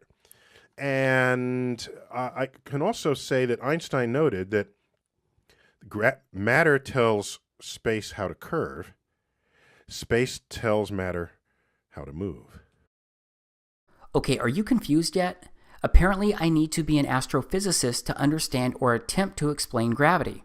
But if you zoomed in on the Earth from outer space and looked at the edge of the Earth, then you could see some really interesting stuff. You would see people standing sideways or even upside down. You would see mountains with the water rushing in startling directions. Remember, NASA could have and could still show us these types of videos by having a camera like mine on the surface of the moon. They could easily zoom in on the side of the Earth like I zoom in on the side of the moon. Then they could show mountains and more on their sides or even upside down. So yeah, I've tried to wrap my head around gravity. Maybe my brain is just too simple to try and understand it though. Especially when I picture it working the way it's supposed to work all around the Earth. Because this is literally how it would look. Water flowing upside down. People standing upside down. Except we all picture ourselves upright on top of the ball Earth. Everyone always imagines they're standing at the top of the ball, but not everyone can be standing at the top of the ball, right? And it turns out that there are other explanations surrounding gravity, so I'd like to show you some of that right now. Alright, so this is a balloon filled with half helium and half air. It's not going anywhere, it's not going up or down, it is just floating. So gravity, it holds people, buildings, and these miles and miles of oceans that I mentioned earlier. All of it gets held to the Earth's surface because of gravity. But it can't actually pull down this balloon that's filled with half helium and half air. And then what about this balloon that just floats off into the air? But then what about these balloons? They just go straight up as well. Gravity is not pulling on these. So it seems that gravity is not very consistent. These are a few more examples of things being dropped, obviously into water, and how they're reacting. And then this video continues to actually share how the buoyant force is the opposite of density, and that it's density that causes objects to fall, and not gravity pulling these objects down. Here are some more examples. But let's move beyond gravity for a moment, okay? Because I want to go back to the concept of water always finding its level. When I was going over this earlier, I basically said that there's no curvature on Earth. And I bet that curvature is not something you have actually observed using your own eyes. But it's something that we're supposed to believe exists because we've all been told it's there. But how many people really think about this? So where can you see the curvature of the Earth? You should be able to detect the curvature of the Earth from an aeroplane at a cruising height of around 35,000 feet. But you'd need a fairly wide field of view, 60 degrees, and a virtually cloud-free horizon. So this is what you would see when rising in altitude. This video was actually recorded by people using balloons, and in some instances they were looking for the curvature of the Earth. As you can see, there's no curvature. Except you can see because of the lens, sometimes it distorts the Earth and it makes it look like there's curvature. And again, that's just the lens. I'm going to go over that in just a moment. But what is the math behind the curvature? This is the math that somebody did right here. And you can see here that it's a spherical trigonometry of a sphere with 4,000 mile radius. And you can see here from the center point to the surface of the Earth, it's supposed to be roughly 4,000 miles because that's the radius. You can see the math here and how it's working. Okay, so you can see at 1 mile, it's not even close to a mile. It's less than a foot drop in the curvature. But then if you skip down to 10 miles, you're looking out 10 miles, based on where you're standing, it's going to be about 66 feet. It's still not a mile. But skip all the way down to 100 miles. It's about 1.25 miles is what the actual drop would be, the curve would be. And you're looking at over 6,000 feet at that point. And then if you were to actually go to 1,000 miles, let's say you were looking 1,000 miles out from where you're standing, it's going to be a 128 mile curve and drop to that point out there from where you're standing 1,000 miles. And you can see it goes further and further. At 2,000 miles, you're looking at over a 500 mile drop based on where you're looking. Really quickly, what is a fisheye lens? A fisheye lens is an ultra-wide-angle lens that produces strong visual distortion intended to create a wide panoramic or hemispherical image. And it talks a little bit more about that. You can see what it looks like right here. And I gotta tell you that I was recently on a 14-hour flight where they used the fisheye lens to show the exterior to passengers through our television screens as we made our trip across the Earth. That fisheye lens made the outside surface look curved when we were in the air, except when we took off and landed, the same distorted curved proportions remained. And speaking of airplanes flying great distances, do planes constantly have to steer downward toward the Earth? Remember, they're covering a lot of distance and a lot of curvature in a very short amount of time. Now let's go back to the same mock-up that I created, the one that I used before, and let's say that an airplane is flying from one continent to the other. Let's use Japan and California again, because you're going to have an airplane right here, and it's going to have to take off on what it thinks is a flat surface, and it's going to have to cover the ocean, and it's going to have a certain trajectory, and it's going to go that distance for a certain amount of time. But what it really needs to do is curve around the Earth. So that means that that airplane, every so often, should actually be pointing down and changing its trajectory. It's going to have to keep doing that over and over and over again. But wouldn't it make more sense if it was actually just flying straight across a level ocean? Because doesn't water always find its level? And what happens when planes need to land? Let's look at another quick mock-up, because keep in mind that the Earth is rotating as airplanes are flying. And so what you got here is the Pacific Ocean in California. You've got your north, east, west, and south. Remember that the Earth rotates eastward, right? It's going to be moving this direction. But let's say we actually put an airstrip on California north to south. And let's say that we had an airplane that was going to land in the direction of north. As the airplane is landing and moving across the Earth, wouldn't the Earth's surface be moving eastward? So wouldn't airplanes have to take into account this movement? Wouldn't that be a challenge for them to land? Of course, I am aware that I guess some people say that we are in an enclosed atmosphere.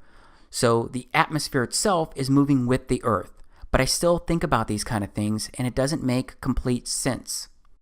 Something else that doesn't make sense when it comes to airplanes flying is a gyroscope. First, how does a gyroscope actually work? And what does it do? And how does it work in planes? Let's take a look at a quick video. This is a gyroscope. It consists of a metal wheel mounted on an axle. The wheel and axle spin freely, secured in a metal frame. This simple device can behave in the most unexpected ways. The components of this simple mechanism are obvious, and it doesn't seem to have any special capabilities. Try to stand it on end and it falls over. Try to suspend it like this and it drops. Apparently it can't defy gravity. But spin the wheel and all that changes. A string provides a simple method to spin the wheel.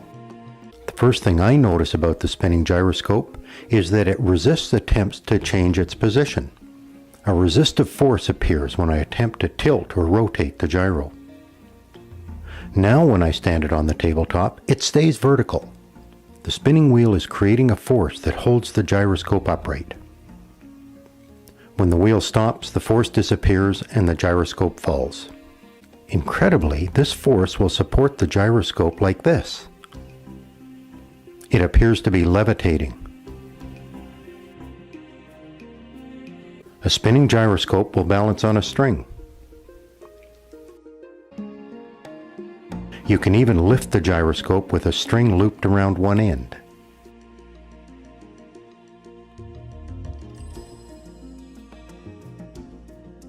This interesting behavior is difficult to explain.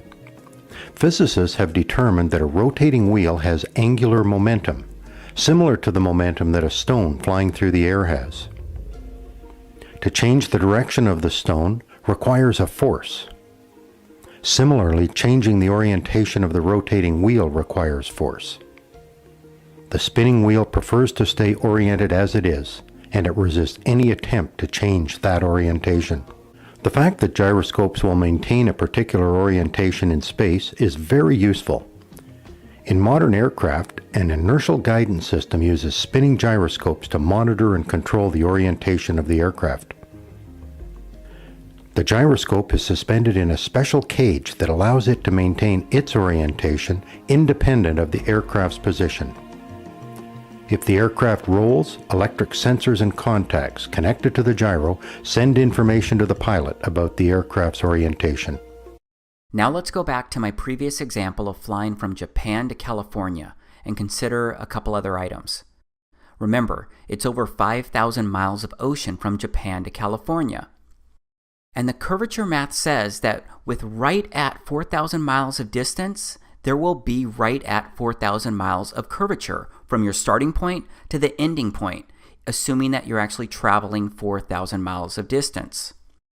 So with that in mind, let's look at my previous mock-up.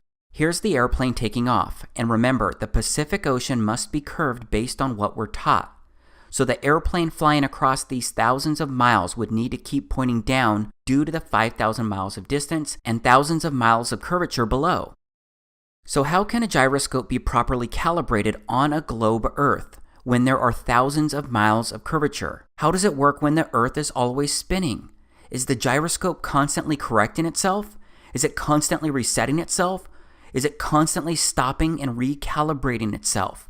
It just doesn't make sense to me when I look at everything and how it works. And here's something interesting that I found at NASA's website. It's a NASA reference publication from the late 1980s about the derivation and definition of a linear aircraft model. Let's go through this. There's a lot of math, but toward the end on page 30, the first sentence in the concluding remarks say, "This report derives and defines a set of linearized system matrices of a rigid aircraft of constant mass, flying in a stationary atmosphere over a flat, non-rotating Earth." I gotta ask, why would this exist if we're supposed to be on a spinning ball? NASA had already been to the moon several times and explored outer space in many ways by the 1980s. So why would they need documentation talking anything about a stationary atmosphere and a flat, non-rotating Earth? I just don't get it. And of course, I understand that this does not prove anything by itself. There are just so many things out there that when combined, they create a convergence of strangeness that makes your head spin like the Earth is supposed to be spinning.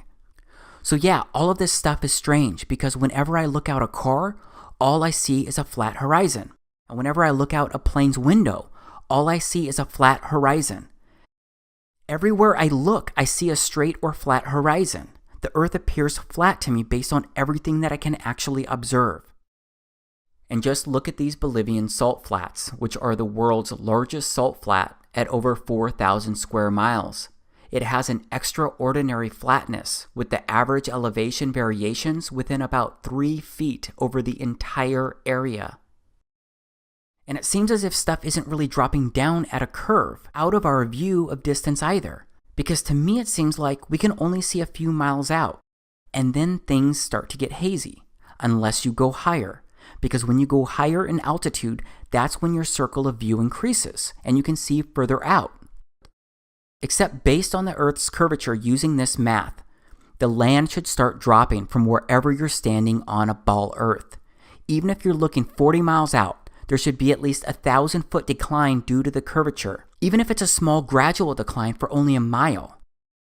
No matter what, the math says that the Earth must curve downward, and that means that things farthest out should be dropping or slanting off toward the distance, but videos like these and so many more out there contradict what I'm told is supposed to happen on a ball Earth when I'm observing the distance and objects at the edge of my circle of view. Again, the horizon always rises to the eye level of the observer based on how high or low you are. But as you go further up in the air, you can always see further out into the distance. Okay, I've got just one more quick thing to show you before we move on to the next part. I'd like to ask if you've ever thought about 3D modeling, or video games, or virtual reality programs in general. Because whenever someone is showing you and portraying Earth's reality inside 3D modeling or video games or virtual reality, don't they always use flat surfaces and straight and flat horizons? Yes, they use a flat plane environment when presenting you with a simulated Earth. Everything is presented as flat. They don't show curvature or simulate a constantly moving Earth. This is something else to think about and consider. I know that I'm proposing some really challenging views here, so before I continue, I want to pause. Because right now, your mindset probably remains in one of two gears. The first could be that you're still somewhat open to the possibilities of what I've shown you up to this point, but you have a lot of questions about everything, or maybe at least most of it. The second gear could be that you're still disappointed in what I'm sharing, and maybe you're rejecting and discounting most or all of what I'm saying. And maybe you're thinking that I may have truly lost my mind, and those thoughts confuse or upset you, because you're sitting there wondering how I could be open to believing these things. Here's what I'd say to both camps either way. Believe me, I know what I'm sharing here is strange, to say the least. Again, this was not easy for me to consider. That's why I've done my own research into everything that I've shown you so far. That's what led me to research the even stranger things that I'm gonna show next. But no matter what, whether you're questioning everything or open to anything, I have a feeling that you want me to show you what a flat Earth could actually look like and what it would take for it to actually work, right? Well, that's exactly what I'm gonna focus on next. And this next part may end up being the hardest thing for you to consider, process, or accept.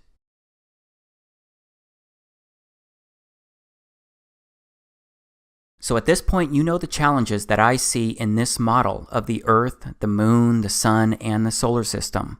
And based on what people can actually observe, and based on my faith in the scriptures, I don't believe that we're flying through space, or that we're just a speck of dust in an ever-expanding universe.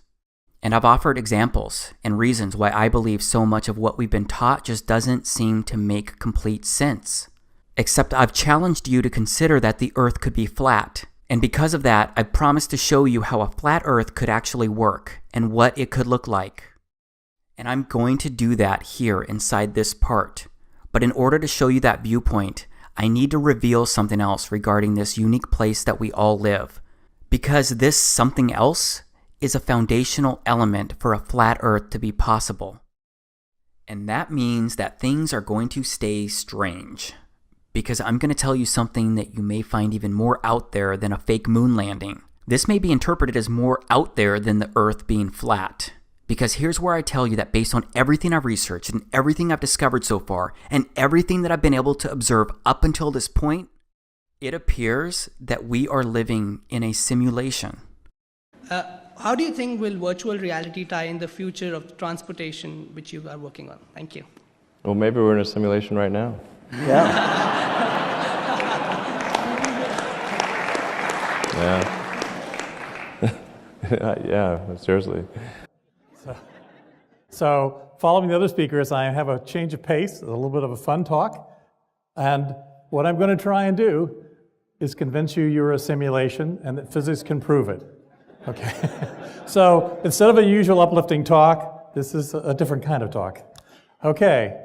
So, there's one thing you know for certain, that is that you exist as a flesh and blood human being. My goal is to convince you otherwise. Okay. So, logic is not going to be enough. You guys are going to be simulation deniers. right? I mean, there's just no way around it. So my actual goal will be to actually create a sliver of doubt in your minds so that you actually think about this and what it might mean. So I know this is a lot to throw at you. I've also got to immediately share that I do not agree with these men in regards to their definitions of a simulation, but it appears that their positions seem to contain some truth. Because based on what I can determine as of now, I believe we are living inside a simulation. But I don't believe humans are inside some simulation being run on some supercomputer. For the record, I believe the God of the Bible created everything around us. But please know that I'm going to do more than just say I believe we're in a simulation. I'm going to actually show you what I believe to be unique visual evidence that supports this claim. Because there are visual wonders everywhere. They're mostly overlooked. But it does seem that this place can show us many things if we just look up and all around. First, these are crepuscular rays. Can you see them between the bed of clouds and the ocean? Can you see the rays shining down at some really unique angles? Well, Wikipedia says that crepuscular rays are rays of sunlight that appear to radiate from the point in the sky where the sun is located. This is pretty amazing, right? It's kind of crazy too, right? Dave from Enslaved by Media recorded this, and I'm going to also intertwine a lot of other footage. But can anyone tell me how a sun that's supposed to be 93 million miles away can create rays of light that go through the clouds at these angles? Do you know how close the sun would need to be to create these angles that we're looking at here? I bet you'll find lots of complicated scientific explanations out there about atmospheric optics and more, but those answers don't make much sense when you think about what we've been taught with the way light moves and travels, and what it would take to create these angles. And please know that these crepuscular rays happen to people all over the Earth, at different longitudes and latitudes, different seasons, different times of the day when the sun is around them. Now let's stay in the clouds for a bit, because my buddy Mike from Flat Earth Photography, he recorded this. Look at these shadows. The sun looks like it's actually in these clouds. This is what I call a visual wonder. Come on, look at this. It just doesn't make sense for the sun to be 93 million miles away when we can constantly observe and record these types of sun and shadow interactions. Again, it looks like the sun is local to the observer, like it's local to all of us. So let's keep reviewing the sun's relationship with clouds. And this one may be hard for you to process as well. Because what does this look like to you? Liz Dexick recorded this video, and you have no idea how many times I've looked at videos like this and tried to make sense of it. Because it's video like this that got me to get out there and personally record this kind of stuff and witness it myself. Because it appears the clouds are behind the sun. Your mind right now may be trying to tell yourself things about this video. You may be trying to explain this away in this very moment. Like the clouds are too thin, or the clouds simply aren't coming through on the camera due to the sun being too bright. But just look at this and pretend what I'm saying was possible for just a moment. What does this actually look like to you? Does it look like the clouds are behind the sun? And if you're not sure, let's take another look. Let's see what happens when we add a negative filter and other filters. Do you see the cloud layers? Do you see the depth of the clouds and how the camera processed the sun as in between the clouds, with some in front and some behind in the back? And there are so many videos out there showing this phenomenon. So many people have recorded this from all over the earth. There's more evidence out there if you want to find it. Now I'd like to show you more strangeness that indicates we're living in a simulation. These are the shadows of trees during a solar eclipse. How are these kinds of shadows possible? Would you call these normal? Can you tell me how these shadows work? Again, maybe you'll find some scientific explanation for this out there, but I challenge someone to recreate these types of shadows through trees when an eclipse is not happening.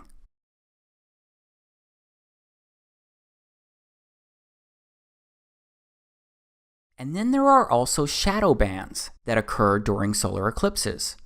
These are also strange and also interesting. and they've been captured all over the Earth during solar eclipses as well. Straight up, it certainly seems that solar eclipses are special, unique events. But how does a solar eclipse really work? Because we all know that the sun and moon are always moving across the sky, right? So just stop for a moment and think about how the sun and the moon need to basically stand still and stop in unison for a solar eclipse to work. Or they need to be moving at the exact same speed for quite some time, because some total solar eclipses have lasted up to 6 and 7 minutes. And with that in mind, I've recorded hours upon hours of the moon, the sun, and the stars, and they all travel across the frame of my camera really quickly. Either way, being in the path of totality is a special event in itself. Here's what I actually witnessed during the Great American Eclipse in August of 2017. I personally recorded this video in the state of Oregon. No filter, nothing but my Nikon P900. Holy moly, look at that.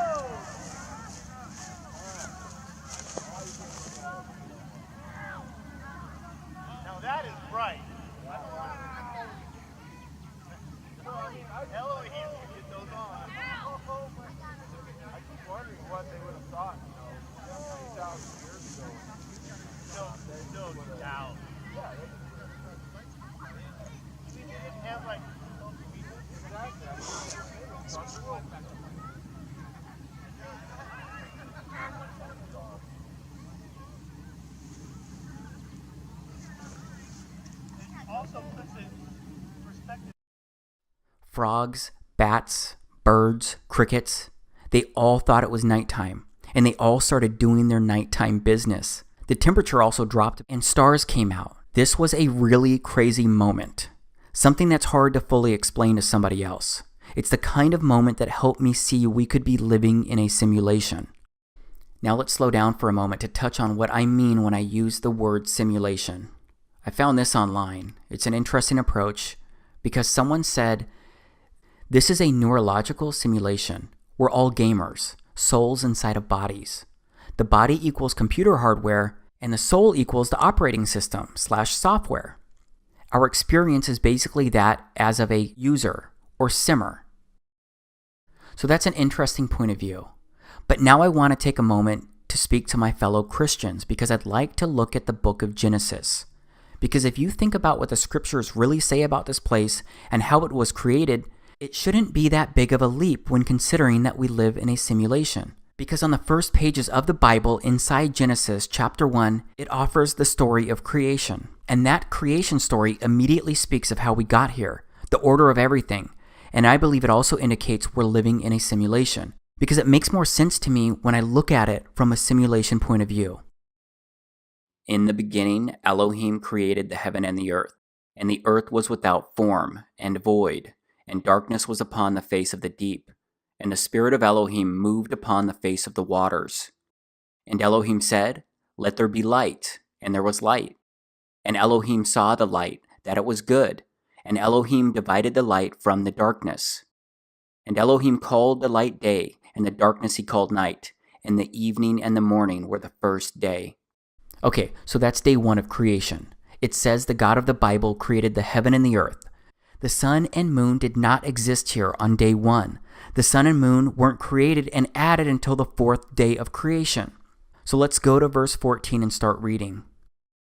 And Elohim said, "Let there be lights in the firmament of the heaven to divide the day from the night, and let them be for signs, and for seasons, and for days, and years. And let them be for lights in the firmament of the heaven to give light upon the earth." And it was so. And Elohim made 2 great lights, the greater light to rule the day, and the lesser light to rule the night. He made the stars also. And Elohim set them in the firmament of the heaven to give light upon the earth, and to rule over the day and over the night, and to divide the light from the darkness. And Elohim saw that it was good. And the evening and the morning were the 4th day. Okay, so that's day 4 of the creation story inside Genesis. If you're a Christian and believe the scriptures and believe his word is the truth, then I'm going to ask you to please consider that this clearly states that light and darkness, day and night, evening and morning, were created and existed before the 2 great lights, the sun and the moon. I believe these words are truth. Yes, there are parables and parabolic language inside the scriptures, but based on everything that I know, Genesis chapter 1, this portion is not intended as a parable. It is the Creator's story of the order in which he put everything here inside this place we live and exist. And think about what else was said here inside Genesis. It said that the sun and the moon were both great lights. The greater light is the sun, and the lesser light is the moon. That means the sun's light is not reflecting off the moon. That means the moon is its own standalone light source. The moon is just the lesser light. Yeah, I know these sound like bizarre claims that I'm making, especially when compared to what you and I have been taught and what's widely accepted. But I wouldn't be suggesting these alternative strange truths if I didn't think there was real merit in them. Now let's consider something else. Because if you're open to this created place not being a spinning ball, and you can come to grips with the possibility that the earth could be a flat plane, then all you have to do is look up to reach the possibility that you're living inside a simulation. Because when you look up, you will see that the sun on any given day during and near solar noon is always above you personally. But no matter what, the sun is always within your circle of sight during daytime. But it's like that for everyone on Earth. So that means the sun doesn't seem to be a physical object hanging up there. I think it's something else. And I think that something else that I could actually wrap my head around is that the sun is local. So let's be really clear here. I'm saying the sun and the moon are traveling on the Creator's circuit, and the sun and moon are being personally rendered to you, the observer. Because you are the center of your simulation. You are the avatar seeing your sun and moon. The sun and moon seem to be objects being rendered to each person inside the simulation which we all share and live in. I believe this is why we can all see crepuscular rays. I believe this is why we can all see the sun appearing inside of clouds. I believe this is why we can all see clouds behind the sun. And I believe that this is why we can also see clouds behind the moon. So as of now, I certainly do not think that the sun or the moon are round balls floating in space. And that's why I don't believe the moon is a physical object that we can actually reach by aircraft either. And when it comes to the stars, it seems the stars have been mapped across the entire sky of the Earth, and they cover all of the land that we can travel across inside this simulation, from the North Pole star to the South Pole star. And that's what I'm going to review next, the land that we live on, Earth. Because it is finally time for me to show you a visual representation of how a flat Earth, the sun, the moon, the stars, and everything could actually look, at least based on everything I've researched so far. And do you remember when I shared earlier how there are many half-truths out there? Well, I need you to recognize that when you research the term flat Earth, you'll find a lot of explanations, and the truth often ends up being buried among disinformation. So I want to first show you the popular flat Earth model. It's a half-truth. Half-true in the sense that I believe it's true that the Earth is flat, but it's untrue that this is what it really looks like. So the popular flat Earth model, it uses an azimuthal equidistant projection, or what I'll call an AE map from here out. And this is a visual representation of the popular flat Earth model using the AE map. Unfortunately, when I realized that the Earth could be flat, this was the model that I found being promoted by nearly everyone. And this map says that there is only one pole star, and it's above the center of everything, and there's a dome over this enclosed environment that we live. It also says that Antarctica surrounds our oceans and continents. It basically says that Antarctica is an ice ring wall around the flat Earth. And the promoters of this AE map also say that the sun and moon are only about 3,000 miles away, and that they're both doing circles above us. But I've discovered that that's impossible. It can't be happening, because the sunrise and sunset declinations prove circling suns and moons to be impossible, especially in the southern hemisphere. Every single person on this Earth who has a compass can verify this model is impossible due to the sunrise and sunsets. But I'll admit I fell for this popular flat Earth model, and I'm not proud of that. But it turns out there are some compelling reasons to fall for it. First, most people are looking for answers when they discover that the Earth could be flat, and they often accept the first model presented. So many people don't keep researching, and that means that many people don't test things about this AE map because they assume the person presenting it already did all of that legwork. So those people don't ever confirm simple things like the impossibility of the sunrise and sunset declinations on this AE map. Also, the promoters of this AE map often point to movies as evidence that it's true, because why else would it be in the background of so many movies? They also point out how the United Nations uses this AE map. And this is an interesting one because there's also something called the Antarctic Treaty System. This treaty includes 50 plus major nations, and it prevents civilians like you and me from simply visiting and checking out Antarctica. Wikipedia says, the main objective of the Antarctic Treaty is to ensure in the interests of all humankind that Antarctica shall continue forever to be used exclusively for peaceful purposes and shall not become the scene or object of international discord. And the popular flat Earth model promoters say that we're not allowed to visit Antarctica because it's really an outer ice ring that would expose the Earth as flat. Obviously, I don't agree with that, and I don't really know why this treaty exists other than what I just shared from Wikipedia. But I know the popular flat Earth model does not work, because if their model was true, then we would have a 24-hour sun and a 24-hour moon. Yes, the sun and the moon would never actually set inside their model. Instead, what they claim is that the sun and moon are simply going further away from you, and it's perspective that makes them look like they're setting below a horizon. I'm sorry, but that's not what I've actually observed using my camera. Plus, there's like no video of a 24-hour sun or moon anywhere online. Yeah, you'll probably be able to find a couple of videos trying to support that.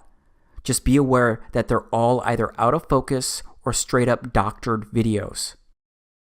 And this is one of the newest models being promoted by some popular flat Earth folks on YouTube. This model doesn't work for many of the same reasons, and it also no longer makes the Earth flat. I truly believe that most of the people at the popular flat Earth channels promoting either of these flat Earth models are purposefully spreading disinformation. Because if they just kept searching for the truth, then they would discover contradictions and major flaws in what they're promoting. They would see very quickly that their models couldn't work with what we actually observe around us. And on top of that, I found that most of the popular flat Earth model promoters, they have PayPal and Patreon accounts, and they seem to be on a mission to make money. Fortunately, there are some people who are really searching for the truth. Starting with these two guys that I mentioned earlier, Ronnie Harris and Jason Laufenberg. They're not asking for any money, and they're willing to be proven wrong. They want to be proven wrong if that's the case. And just like me, they just want to know the truth and share it with people.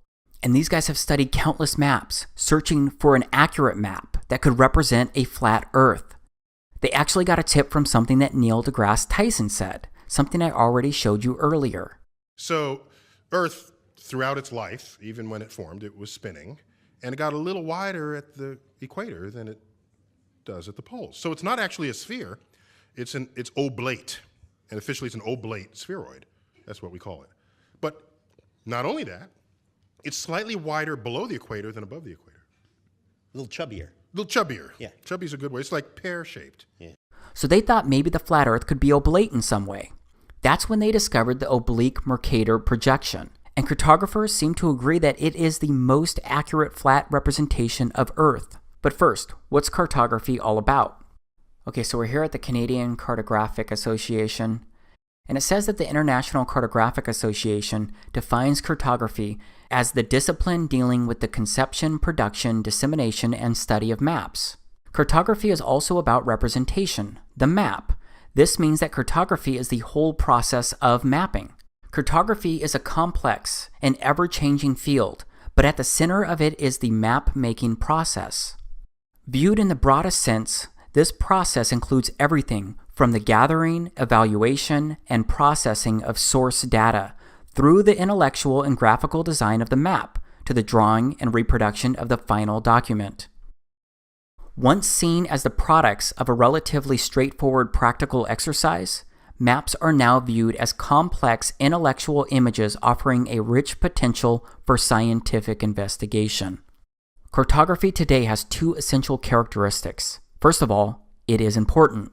Maps perform a fundamental and indispensable role as one of the underpinnings of civilization. Few activities relating to the Earth's surface, whether land use planning, property ownership, weather forecasting, road construction, locational analysis, emergency response, forest management, mineral prospecting, navigation, the list is endless, would be practical without maps.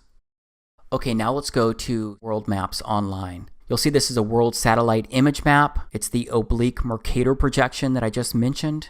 And it says, this stunningly detailed satellite image map of the world detailed land cover data depicted in an oblique Mercator projection. The parameters of this map projection have been carefully chosen so that the inevitable distortion that occurs is relegated to the oceans and to the least populated and least recognizable land masses. And it goes on to say the result is a unique, visually interesting flat map of the world that exhibits nearly no distortion in the most familiar areas, even at the poles. Let's read that one more time. The result is a unique, visually interesting flat map of the world that exhibits nearly no distortion in the most familiar areas, even at the poles. And now I'm going to play some video where Jason and Ronnie, they walk through a flat Earth map and how it could actually work. When you look at this map, what looks different to me is Alaska and this part of Russia up here. Yeah, Russia too is crazy big over Yeah, there. this island over here just seems, whoa, crazy. Yeah, it's huge. And yeah, this string of islands. So we are told by this map manufacturer that what they've done with this map is everything they can to make the land masses the absolute most accurate size and all these things wise, and that if there's distortions that they've pushed that out to the water. Just a quick thing about maps.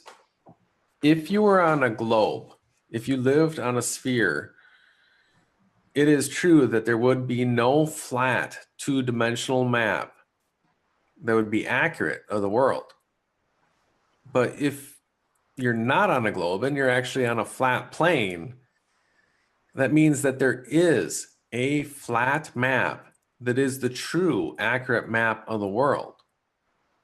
And so That's what I was looking for. But the criteria that I was looking for was a flat two-dimensional map that when you wrapped it onto a sphere, like in a 3D modeling program, like Blender, like we've been using, that it would look like it was a globe. Because when you look at the angles of the sunrise and the sunset in the northern hemisphere and the southern hemisphere, when you study those and you realize what's going on, it appears by looking at those angles that we would be on a globe, strictly by looking at the angles. Yeah. Even though that we don't see curvature anywhere. Okay. So I was looking for a different kind of map, a flat map, but one that when it wraps up on a globe appears like it's a sphere. And that's what this map is.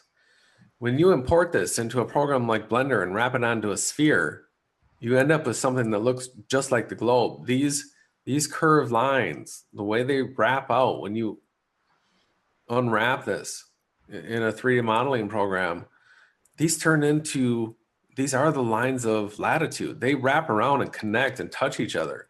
It looks like a globe. This is that mesh work.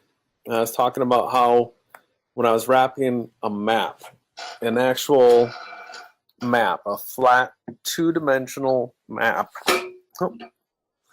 onto spheres in Blender, how the way I was taught, you put the camera view in a certain position, and you got a different grid work than this. It was just a rectangular grid work, but I forgot to adjust the angle, and when I went to do the UV unwrap, it created this mesh work, and you can see that it's got these 3 points. Now, this is really a rectangle here, because if you look at these edges, they fill in the gaps on the other side, and this right here fills in the gap on this side.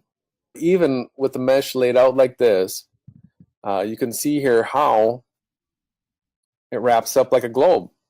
And the distortions here, we've got this blue area here, blue area here. Those are right here. So this becomes the international date line on either side right here. So if you were to travel across this, that would be a change of a day like we're familiar with on a globe. That's this right back here. And you can also see that just by snapping this meshwork on, that what it does is here in Blender, it's perfect grid work. It comes together at like a true north here. Here's your vertical axes. But if you look to the side here, you can see that when you wrap this map up here, it tips it over so that the North Pole here sits at like a 23.5 degree tilt to a vertical north here. So that to me is the reason why they tell us that we're at a 23.5 degree tilt, because of the way it wraps up like that. We're showing you this map. In order for this map to work, it has to be a simulation. We're not talking about the physical reality that we've all been taught when we're showing you this map, because it's easy to debunk if you're still thinking in the terms of a physical reality. It's this edge along here that is really posing a huge problem for people when you're thinking about simulation, because we can't imagine really what happens here. I try to, but as far as what makes sense, like you're in Hawaii, so a flight from Hawaii to Japan, when you're flying like this and you cross this edge in a simulation, it appears that you just come out back across over here and you finish your flight. The thing that happens is when you cross this line, you change days. So as soon as you go across that line, everybody over here thinks it's the next day. And if you go across the line back the other direction, everybody over here thinks it's the day before. So that we've got the edge around here. Until we observe it better, we don't exactly know. But if you're looking at these lines here, the lines of longitude, as we're familiar with, that wrap into the North Pole, This would be a magnetic line. So if you're in Hawaii and you're following the magnetic north, according to this map, what would happen is you'd be going like this between these lines. You would come up here, and I think if you look at any maps, if you look at north of Hawaii, you're going to run into these islands here of Alaska and come up through this area. Keep watching the regular maps that you're familiar with. You're going to travel through this area, and then you will come around to here, North Pole. And then from this point, your compass would flip and you'd be going other directions. If you kept going through, north would be behind you. If you kept following this line and you're coming down through Africa, this would be south the whole way. North would be on your back, but you would continue following this arced path out here around in the ocean. If you didn't know that the straight shot from Cape Town to Antarctica was this way, and you just kept following the compass, you would arc around like this, come back around into what we would call the South Pole. Now, one of the things that Jaron was showing people as trying to get people all confused about the magnetics and magnetic declination is he was showing on how a map of Antarctica, how you can move from one place to another in Antarctica, and all of a sudden your compass would be 180 degrees the other direction. And if you look at the way Antarctica is split here, this whole line right here, if you were to travel from one point to the other, you can see how your compass would flip, just like it would up here at the North Pole. And he was showing along this edge how radically different the magnetic declination angles are. And you can see based on these lines of longitude, if they're the magnetics, you can completely understand why it would be that case. So, a person in this area right here, for their compass to point north, they give you that magnetic declination map to give you that shortcut back up to the north so you didn't go swooping down through the ocean here. So Antarctica on this map, the magnetic flipping of the poles that Jaron was showing is another proof that this would be the correct map of this world. So while there's things that we can't prove about it yet, there are things that we can. And those are the things that we're focused at looking at right now. This red line here is the equator. And so this is the east. And by following this path, this is all coherent with what we're familiar with. This is where the equator, travels through Malaysia and through Africa and through South America here. Tropic of Cancer.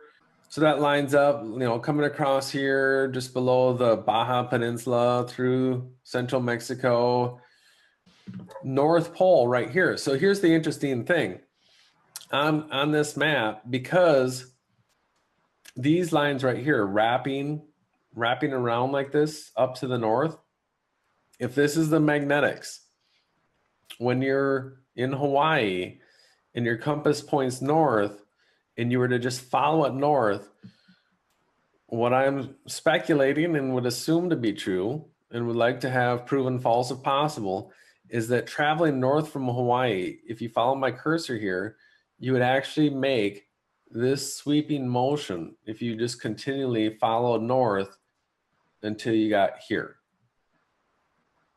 Okay. These lines right here are the magnetic lines. So north would look like this motion right here, and you would come through this part of Alaska right here, and you would come through the north part right here, and that you would come to this point, boom. And then from this point, everything would be south. And they would feed back to these points, which is actually really the same point, just split in half. One's on this side and one's on this side. It appears that a point directly above this is Polaris. Okay.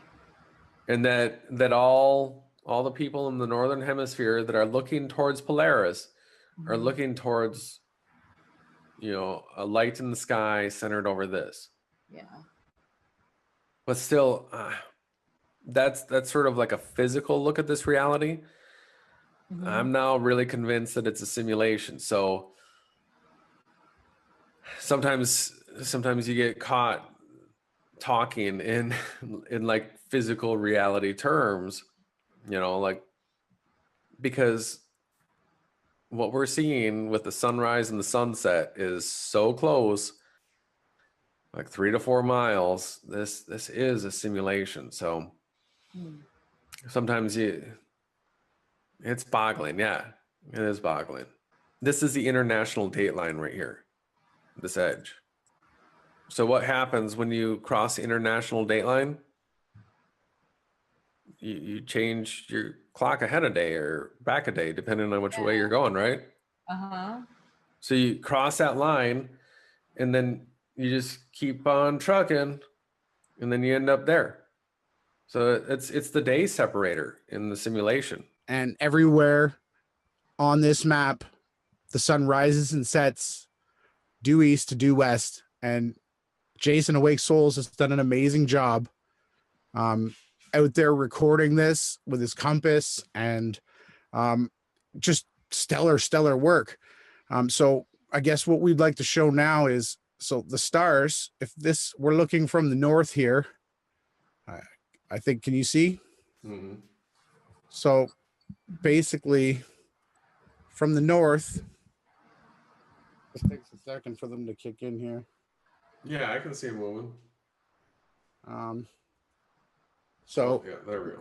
Looking south from the north, the stars spin clockwise from anywhere on the map, right? Now when we're looking north from the south, which way do you think the stars are going to go, Jay? Counterclockwise. Counterclockwise. Okay. So it doesn't matter where you are, right? I think everyone can see this is south, this is north, right? East and west. I just want to make it really clear. And there's a celestial axis that goes through here, and an equator that goes through here, making a cross. So there's 4 sections to this flat realm. There's 4 corners. It's all biblical. And if you're looking to the east from anywhere on this map, you will see the stars rising, coming 90 degrees above you at their midpoint meridian. Always from anywhere on this map, you'll see them rising from the equator, from the east, and then west, they set. Everything sets to the west, returns to heaven and gains its glory, and then rises and hastens back to where it started and does it again. And that is Enoch that you were quoting, correct? More ad lib. But that's what he wrote and gave an account and said to tell everyone, all generations of the earth. And it was actually written, it was for a generation in the future. Yes, this is a lot to take in and try to process. But again, if we're living inside a simulation, then everything you just watched could actually work. Because what about the miracles performed by Yahushua, the Christ? Don't his miracles make more sense if you approach them as if he performed them inside a simulation? Like the walking on water, or like the transformation of water into wine, or like the miracle of the 5 loaves and 2 fish. And what about miracles in general, like the ones you've heard about or experienced around you personally? Like a person being strong enough to lift a vehicle off of someone else? Or what about someone surviving a skydiving accident without even a broken bone? Or what about cancer going away from one test to the next? There are so many things that happen that just can't be explained away based on the rules that we've been taught. Because what we're looking at right now are actually dewdrops. It's water recorded in somebody's backyard. These look a lot like the stars in the sky that I've personally recorded. And what about the clouds? Science says that clouds are a large collection of tiny droplets of water, or ice crystals. They also say clouds are a mixture of gas, liquids, and solids. But I've sat in a lot of window seats on a lot of airplanes, and those planes have flown through countless clouds. But my plane's window never really got soaked unless it was raining. So do clouds really house tiny droplets of water or ice crystals and then release them when it's just simply time to rain? And another question is, what about lightning? What is it? What causes it? Science says that it happens whenever heavier, negatively charged particles sink to the bottom of clouds. And when the positive and negative charges grow large enough, a giant spark, called lightning, occurs between the two charges within those clouds. And what about the northern and southern lights? Science says they're polar lights, a natural phenomenon found in both the northern and southern hemispheres. Science says that they're created when charged particles from the sun strike atoms in Earth's atmosphere.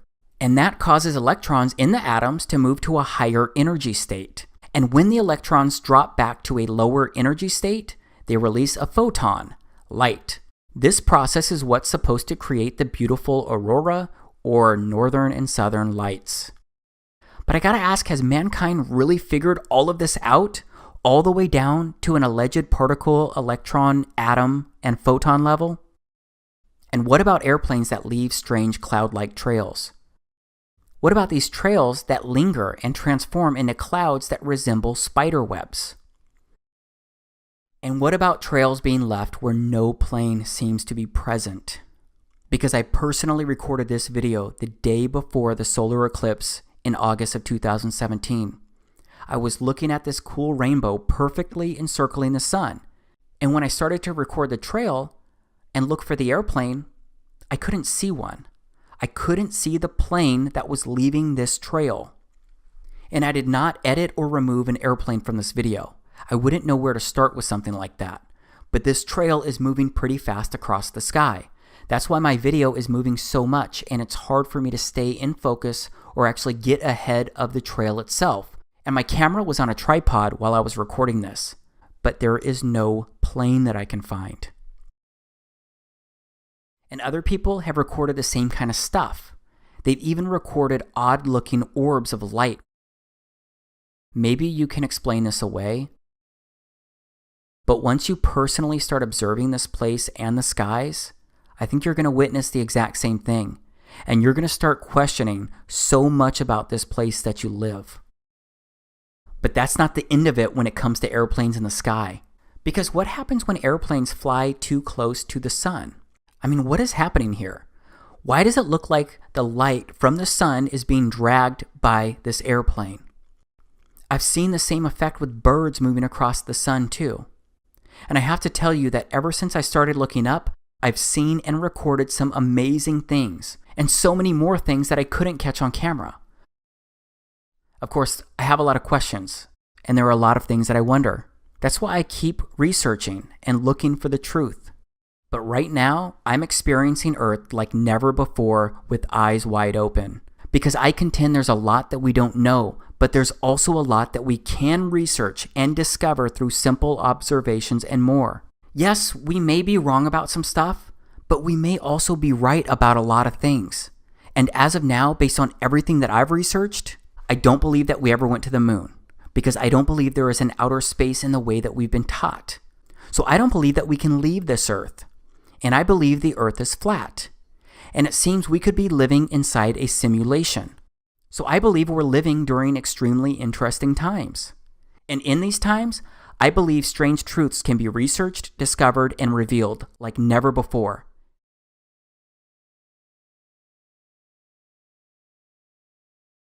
So I've shared a lot in a relatively short amount of time, and I'm asserting that it's all based on the true story. Right now, though, I'm just praying that I've at least offered something that can open doors to new possibilities inside your life, because maybe there's more to what we've been told about this realm. Of course, I remain fully aware that what I've shared can close people's minds too. So I know that some people won't believe any of this, or they'll refuse to consider the potential in these things, because maybe they think what I've shared sounds too strange to be true. But I believe I've shared strangeness that has a better chance at being truth than the popular options. But maybe you have more questions regardless of what I present as strange truth, or regardless of what you believe so far. 2 immediate questions are probably how and why. How could they cover all of this up? How could they fool everyone? Of course, I do not have all of the answers, but I'll take a run at these questions. My first reaction is that they haven't covered it all up. They haven't fooled everyone. It just seems that most people aren't questioning much of anything these days. A lot of people don't even look up at the sky anymore because most people have a lot going on. They're just trying to make sure that their kids finish their homework at night. They're just trying to lose a few pounds. They're just trying to keep the bills paid. They're just trying to scrape together enough money for the holidays. Maybe even take a fun vacation once a year. They are tired. They are busy. They're overwhelmed. Believe me, I know. But despite that, it does seem like more people are starting to look around. More people are starting to notice things. And it seems that people are starting to wake up to maybe, just maybe, everything does not add up. Another question would be, how could so many people be involved with this kind of deception without someone exposing these strange truths? This is a harder one to answer, but again, I'll take a run at it, because I often wonder the exact same thing. How could some of the people involved not go public or become whistleblowers? Well, it turns out that there are people claiming they're coming forward. These people often claim to have worked somewhere inside a special agency or a division, and these people state they're sharing secret information. If you look into it, you will find people who claim some astonishing things about the sky and earth and more. And some of those people become well-known figures inside that conspiracy theory circle. But then some people die surrounding strange circumstances after coming forward, and some people just disappear after coming forward. I'm just not sure, so I'm often left wondering what really happened. So above all, I've got to research this place with people that I trust, while leaning on my own senses and my own instincts and my own logic and my own reason. And then I've got to make the choice of what I believe to be truth. But again, I've got to heavily rely on what I can actually experience, feel, and observe, because I can no longer strictly rely on what other people claim to be truth. I can no longer subscribe to viewpoints about life here on Earth just because someone I know or don't know says it's true. Just like you shouldn't simply believe everything I'm offering here, you need to do some work. You need to seek the answers to your own questions so you can confirm or deny the validity of these strange truths. Doesn't that seem logical? All right, now let's move into another big question, the why. Because if this is true, why would people hide this? Why would they lie? This one's a lot easier for me to try and answer, because think about it. If Earth was a spinning ball, then that means that it all started with the Big Bang, which simply put is a scientific theory stating that the universe began with a singularity, and then space-time expanded. And then from that Big Bang moment, everything evolved, transformed, and changed over billions of years, eventually leading to life, which began with single-cell organisms. And those single-cell organisms evolved, transformed, and changed, and they eventually became sophisticated life forms like you and me. It just took billions of years for humans to become the one-of-a-kind specimens that we are today. And if the Big Bang and evolution are true, that means the universe is constantly expanding. And if the universe is constantly expanding, that would mean there's infinite space out there to explore and visit. And that would definitely mean that our little rock known as Earth would be rotating around our local star known as the Sun. And that would mean similar solar systems to ours could happen in other parts of the universe. And that means there could be other evolved, intelligent life forms out there just like you and me. And that means Earth would basically be a grain of sand in a universe growing larger by the nanosecond. And that means Earth is not the heart of anything. That means our entire existence is pretty much an evolutionary accident. And that means life here on Earth, it has no real meaning or purpose. But if the Earth was flat, then that means that the Earth could be a firm and immovable plane. And that means there would be no Big Bang, no outer space, no expanding universe. And that means there would be nothing out there to visit and explore. And that means Earth could be the center of everything. And that means Earth could be an enclosed environment. And that means Earth could be a simulation being ran for you and me and every single person living here. And that means our entire existence inside this place is not an accident. That means life here on Earth is special. And that would mean that you and I are significant. And that would lead to many more questions. Like, who created this place? Who put us here? Why were we put here? What is the meaning of all of this?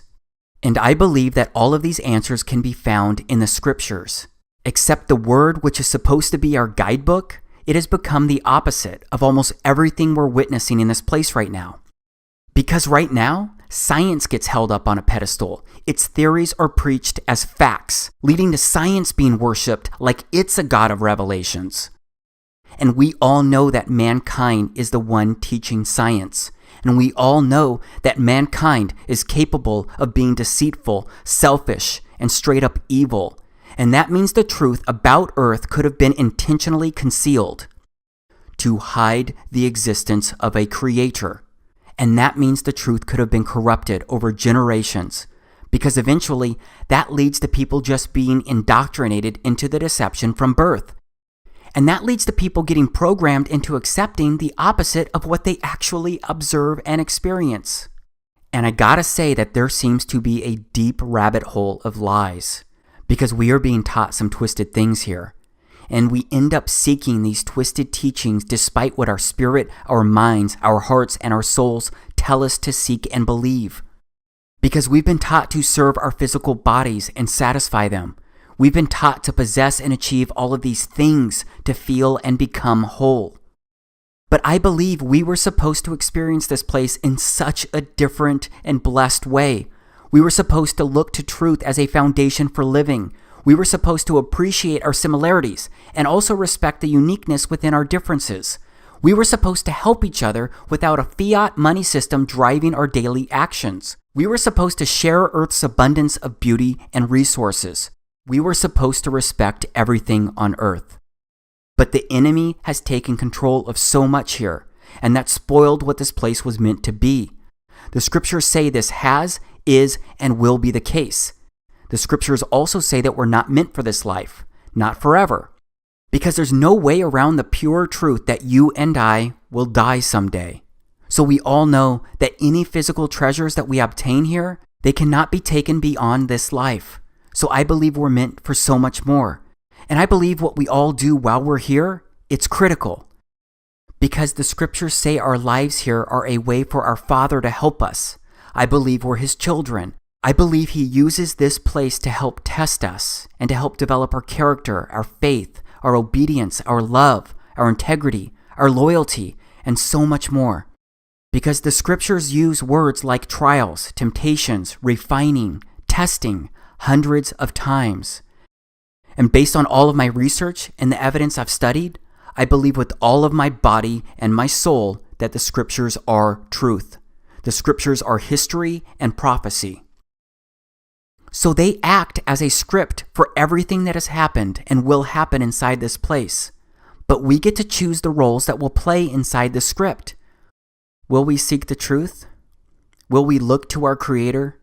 Will we choose Him over ourselves or even each other? And I've discovered that the true name of our Creator, the God of the Bible, it turns out that His true name is Yahweh. You've probably seen this YHWH before. Here's what it looks like in ancient Hebrew. But this YHWH, it's pronounced as Yahweh, because it turns out that the language was so simple back then that it vocalized each consonant with an ah sound without specifically marking that sound between consonants. So this YHWH, it's pronounced Yahweh. It also turns out that the name of Yahweh can be found over 7,000 times in the scriptures. And Yahweh, it means He exists. And Yahweh sent Himself into human form as the Christ. And I've learned that the true name of the Christ is Yahawashi. Yes, most people know Him by the name of Jesus, but that can't be His true name because the letter J didn't even exist until about 500 years ago. His true name is Yahawashi, and Yahawashi means He is salvation. Because the gospel, which can be found in the beginning verses of Corinthians chapter 15, Paul wrote that Yahushua, the Christ, died by crucifixion to deliver us from our sins, and he was buried, and he rose again on the third day, and he was seen again by hundreds of eyewitnesses according to the scriptures. And I really do believe that this gospel must be truly believed and accepted to bind our soul with our Creator beyond this life. So that means I believe we've got to follow and live for Yahushua to the best of our abilities. Still, I believe other choices are significant because all of this is really being experienced by you and me. I agree with many of my brothers and sisters who believe that all of this is being recorded. All of our actions, all of our thoughts, everything. I believe it's all being documented by our Creator. Because I believe our Creator is watching us, and I believe He encoded us with basic truths, like knowing the difference between right and wrong. Because I believe we've been given a moral compass that tells us when we make good or bad choices that affect ourselves or others. Except the original coding inside mankind seems to have been corrupted through generations of wicked choices where people continually turned away from our Father and lived for themselves. So that means there's a lot of evil in this place right now.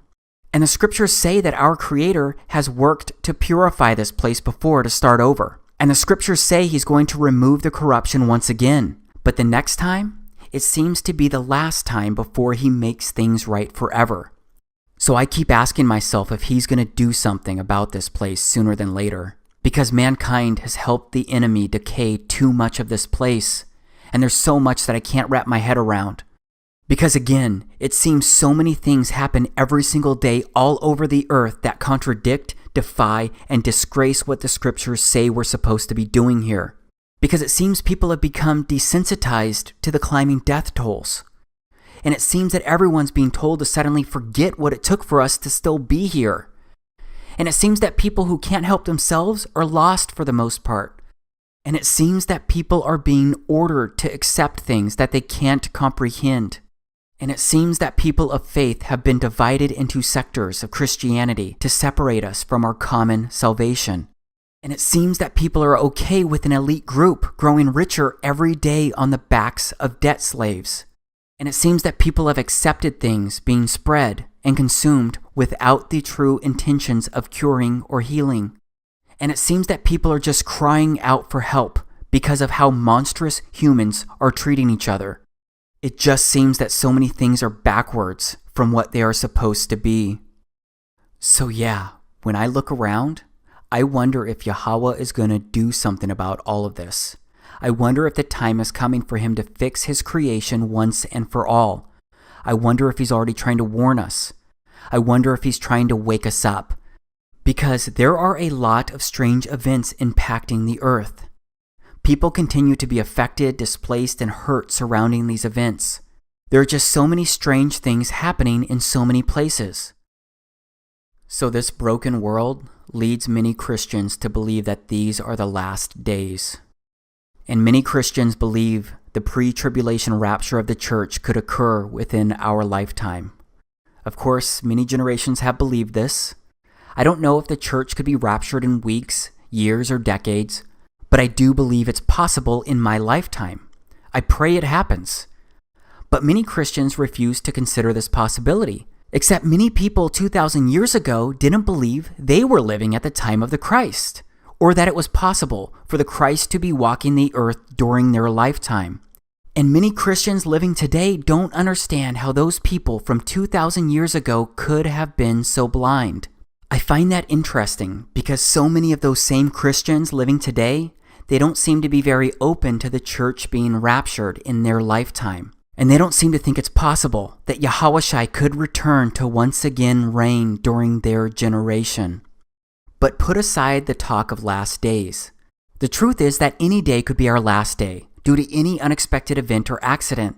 Yes, that sounds cliche, but it's truth. And that's why I believe we must embrace our common salvation. And I believe Yahweh's begging all of us to look to Him. He wants to say that He knew us before meeting face to face at the time of our death. So straight up, I really want to help serve Him. Because I believe every strange truth that I've shared here can serve as a gateway for people to come to the truth about a Creator. And I believe that path leads to the truth about Yahushai, our Savior. That is why I'm touching on this again right now. Just in case you weren't aware, historical scholars, Christian and non-Christian, generally agree that Yahushai lived at the time the scriptures say he lived. And those scholars also agree he was crucified and buried. What they don't agree on is whether he truly rose from the dead and if the eyewitness testimony can be trusted and if he was really the son of the Creator. But there is general agreement that he lived, he was crucified, and he was buried. So that means Yahushai was either Yahweh in human form or he was a complete nutcase. Because if he was not really the son of Yahweh, then he was just some lunatic, insane guy who proclaimed to be our Savior. I'm sorry, but he can't have made those claims and still be a good person spreading a moral message. It's all or none here. So that's why I believe that this video may be the most important thing that I've ever done. Because if these strange truths are right, then this stuff could wake up people and help them move mountains of deception. These strange truths could reveal that we were created and that Yahweh put us here for a reason. Imagine if everyone learned that knowledge. Imagine if everyone knew that when they died, they'd have to literally meet their Maker. Do you think that people would make different life choices with that knowledge? Do you think that people would treat themselves, others, and everything on earth better? So what do you do next if you're open to this being the truth? Maybe you'll watch this video again to determine what you want to research first. Maybe you'll observe the celestial bodies. Maybe you'll test for curvature across the earth. Maybe you'll record and look for clouds behind the sun. Maybe you'll open a Bible and read it for the first time, or maybe the first time in a long time. Maybe you'll call upon the name of Yahushai to be saved right now. And then maybe you'll ask him to lead you to the next step. No matter what, I challenge you to observe your surroundings. Look up, look around, challenge what you've been taught. Research what doesn't make sense, because I think you'll be surprised at what you find. But maybe you'll have a different take on what I've shared here. Maybe we could talk about those differences. Maybe we could talk about the other strange things that didn't make it into this video. Maybe we could work together and unite to change this place into something better, because maybe we're capable of doing anything that we can imagine. And maybe you'll be open to sharing the strange truth. Maybe you'll sit down with your significant other and show them this video. Or maybe you'll send this video to another friend to get their opinion so that you can talk about it with someone you trust. But whether or not you end up believing, accepting, or sharing this video, I'd like to say thank you. Thank you because you watched this entire video, and I sincerely appreciate you doing that. I am so grateful for you just being open to watching this. So thank you for honoring my request, and straight up, thank you for being special. Thank you for being significant. Okay, so I don't really know the best way to end this thing, because this Strange Truth project, it has consumed so much of my life for the past year. And it's still kind of crazy when I stop and think about all of this, because it's still hard for me to process at times, and I actually believe all of this. So that obviously means that I also believe I'll have to meet my Creator someday. And that means that I'll have to answer him if he asks me, did you help share the truth? I pray that I've done my due diligence. I pray that I am doing what's right. Yeah, I pray.